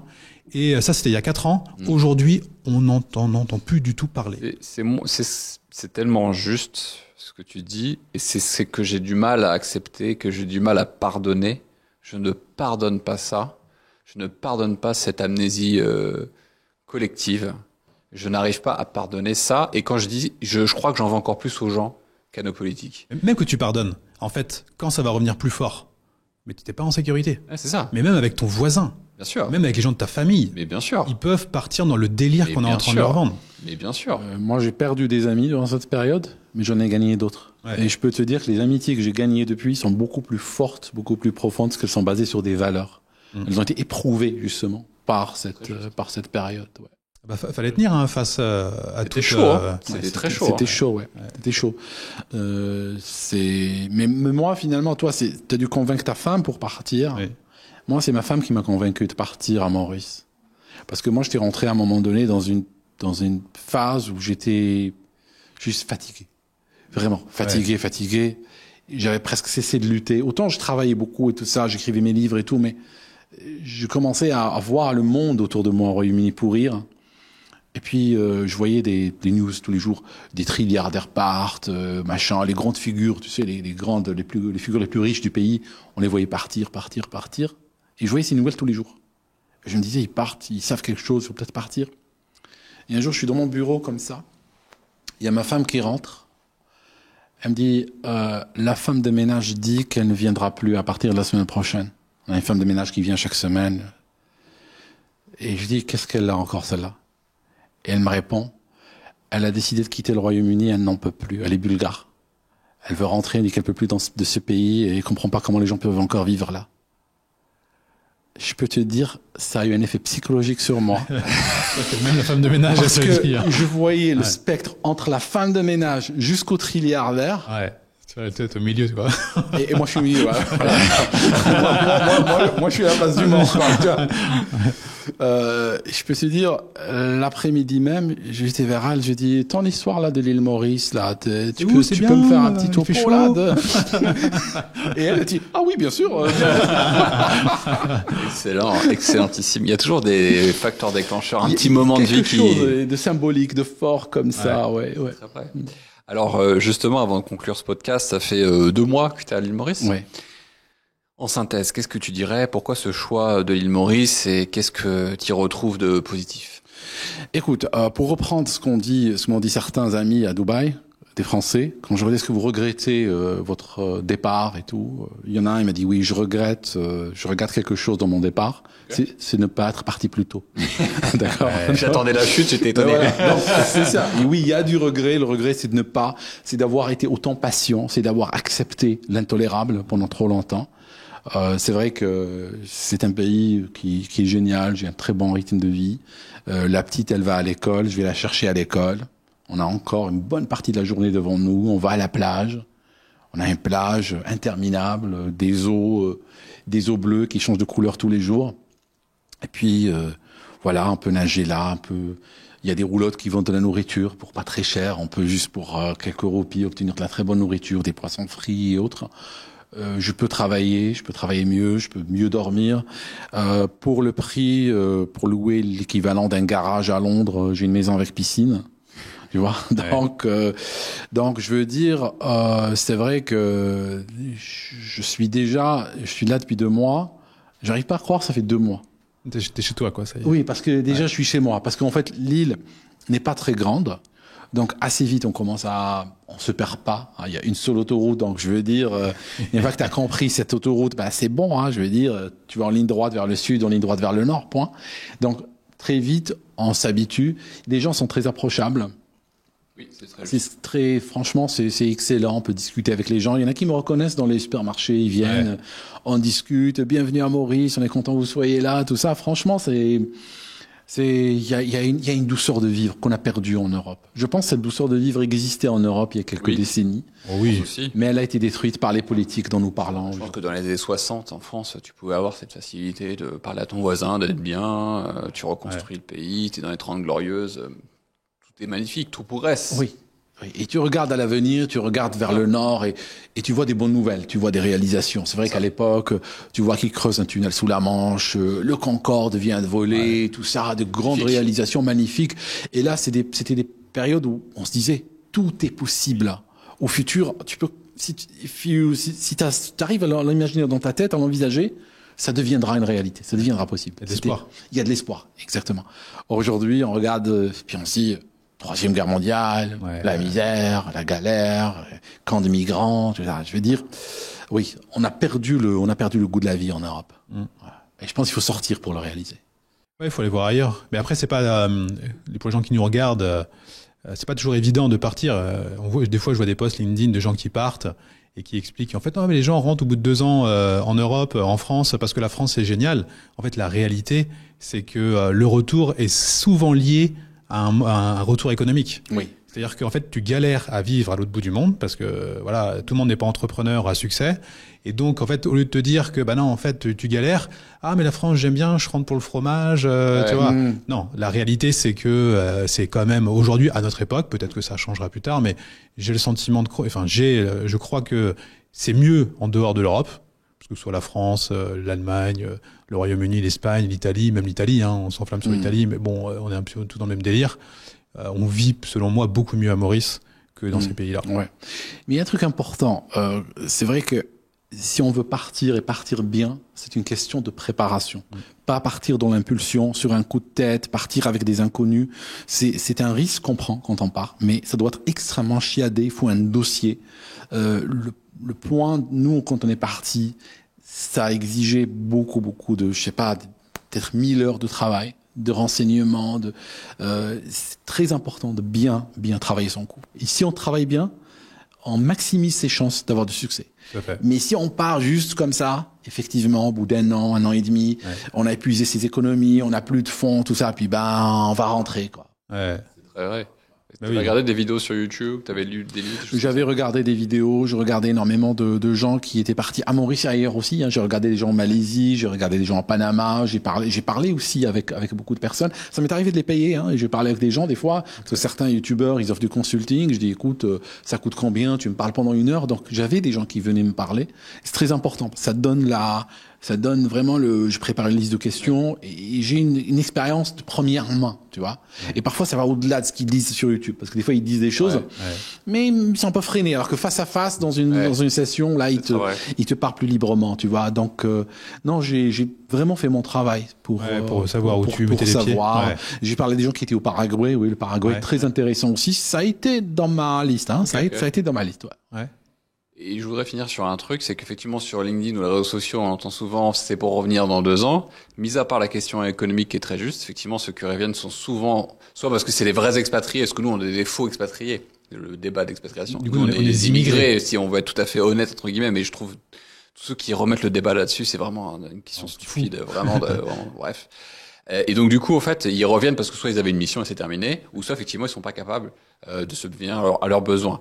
Je peux vous dire, et Fabien pourra confirmer, qu'ici on connaît beaucoup de gens, entrepreneurs et investisseurs, de haut niveau. C'est pas petit niveau, c'est vraiment haut niveau. Des gens qui ont fait des exits, qui ont des dizaines de millions, si ce n'est plus, au-delà de la barre des 100 millions d'euros. Aucun n'est rentré. Ceux qui sont rentrés sont repartis ailleurs. Ils ont été en France, ils ont dit c'est mort, au bout de 6 mois, 1 an. Quelle connerie, ils repartent ailleurs. On a même des gens qui sont partis de Maurice, France, reviennent à Maurice. Dans la catégorie entrepreneurs, investisseurs, indépendants, de haut niveau, personne, et j'ai bien dit, personne ne rentre et quand ils ont la folie de penser que c'est possible, repartent immédiatement. C'est clair, absolument. Je te donne juste un chiffre simple de perspective. Je te donne une perspective maintenant. Je suis à l'île Maurice, je suis ici, ou bien à Dubaï, ou je réside aussi à Dubaï en réalité. Imaginons qu'aujourd'hui, ils me prenaient la folie d'aller au Royaume-Uni, d'aller vivre au Royaume-Uni. Tu sais quelle est la première barrière que je vais voir? Est-ce que tu es prêt à donner 60% de ton revenu à l'État plus 20% de TVA? Je veux dire, il y a une barrière maintenant, financière. Oui. C'est le coût d'acquisition. Parce que comme tout, tu vas acheter une voiture, tu vas acheter un jet privé, il y a un coût d'acquisition. Le coût d'acquisition, juste d'aller poser les pieds dans un pays pluvieux, insécurité, pas de service public, c'est 60% de mon revenu plus 20% de TVA. Tu veux ou pas? Tu prendras le laisser. C'est plus cher pour avoir moins. Exactement. Maintenant, voilà, c'est pas non plus les Maldives, tu vois ce que je veux dire. Demain, sincèrement, je préfère que les autorités de Dubaï n'entendent pas ce que je vais dire, mais demain Dubaï disent, on introduit un impôt, on l'augmente, c'est quoi, je les payerai, ok? Parce qu'il y a une qualité de vie. Exactement. Mais quand tu prends des pays qui sont en plein effondrement, je veux dire qu'il faudra me payer pour vivre là-bas. Je veux dire, c'est toi qui me payes pour avoir le privilège d'avoir quelqu'un qui travaille, quoi. C'est-à-dire qu'en fait, je vais même aller plus loin. Aujourd'hui, tu me payes. C'est-à-dire que tu me donnes, ce que je dis est très sérieux. Tu me donnes 1 million net demain pour revenir en France. Jamais de la vie, je n'y mets les pieds. 2 millions non plus, 3 millions non plus, 4 millions non plus, 5 millions non plus. Eh ben, c'est l'équation, c'est le contraire aujourd'hui. C'est eux qui veulent que tu payes pour aller vivre chez eux. Donc imagine le delta entre le fait que je revienne et... Bien sûr. le delta. Parce que je suis sérieux dans ce que je dis. Non, le delta est non.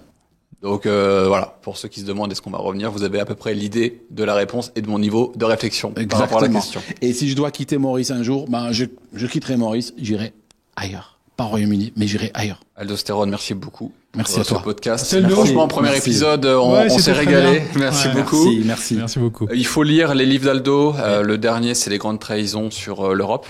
Le titre précis du livre, c'est Les Grandes Trahisons.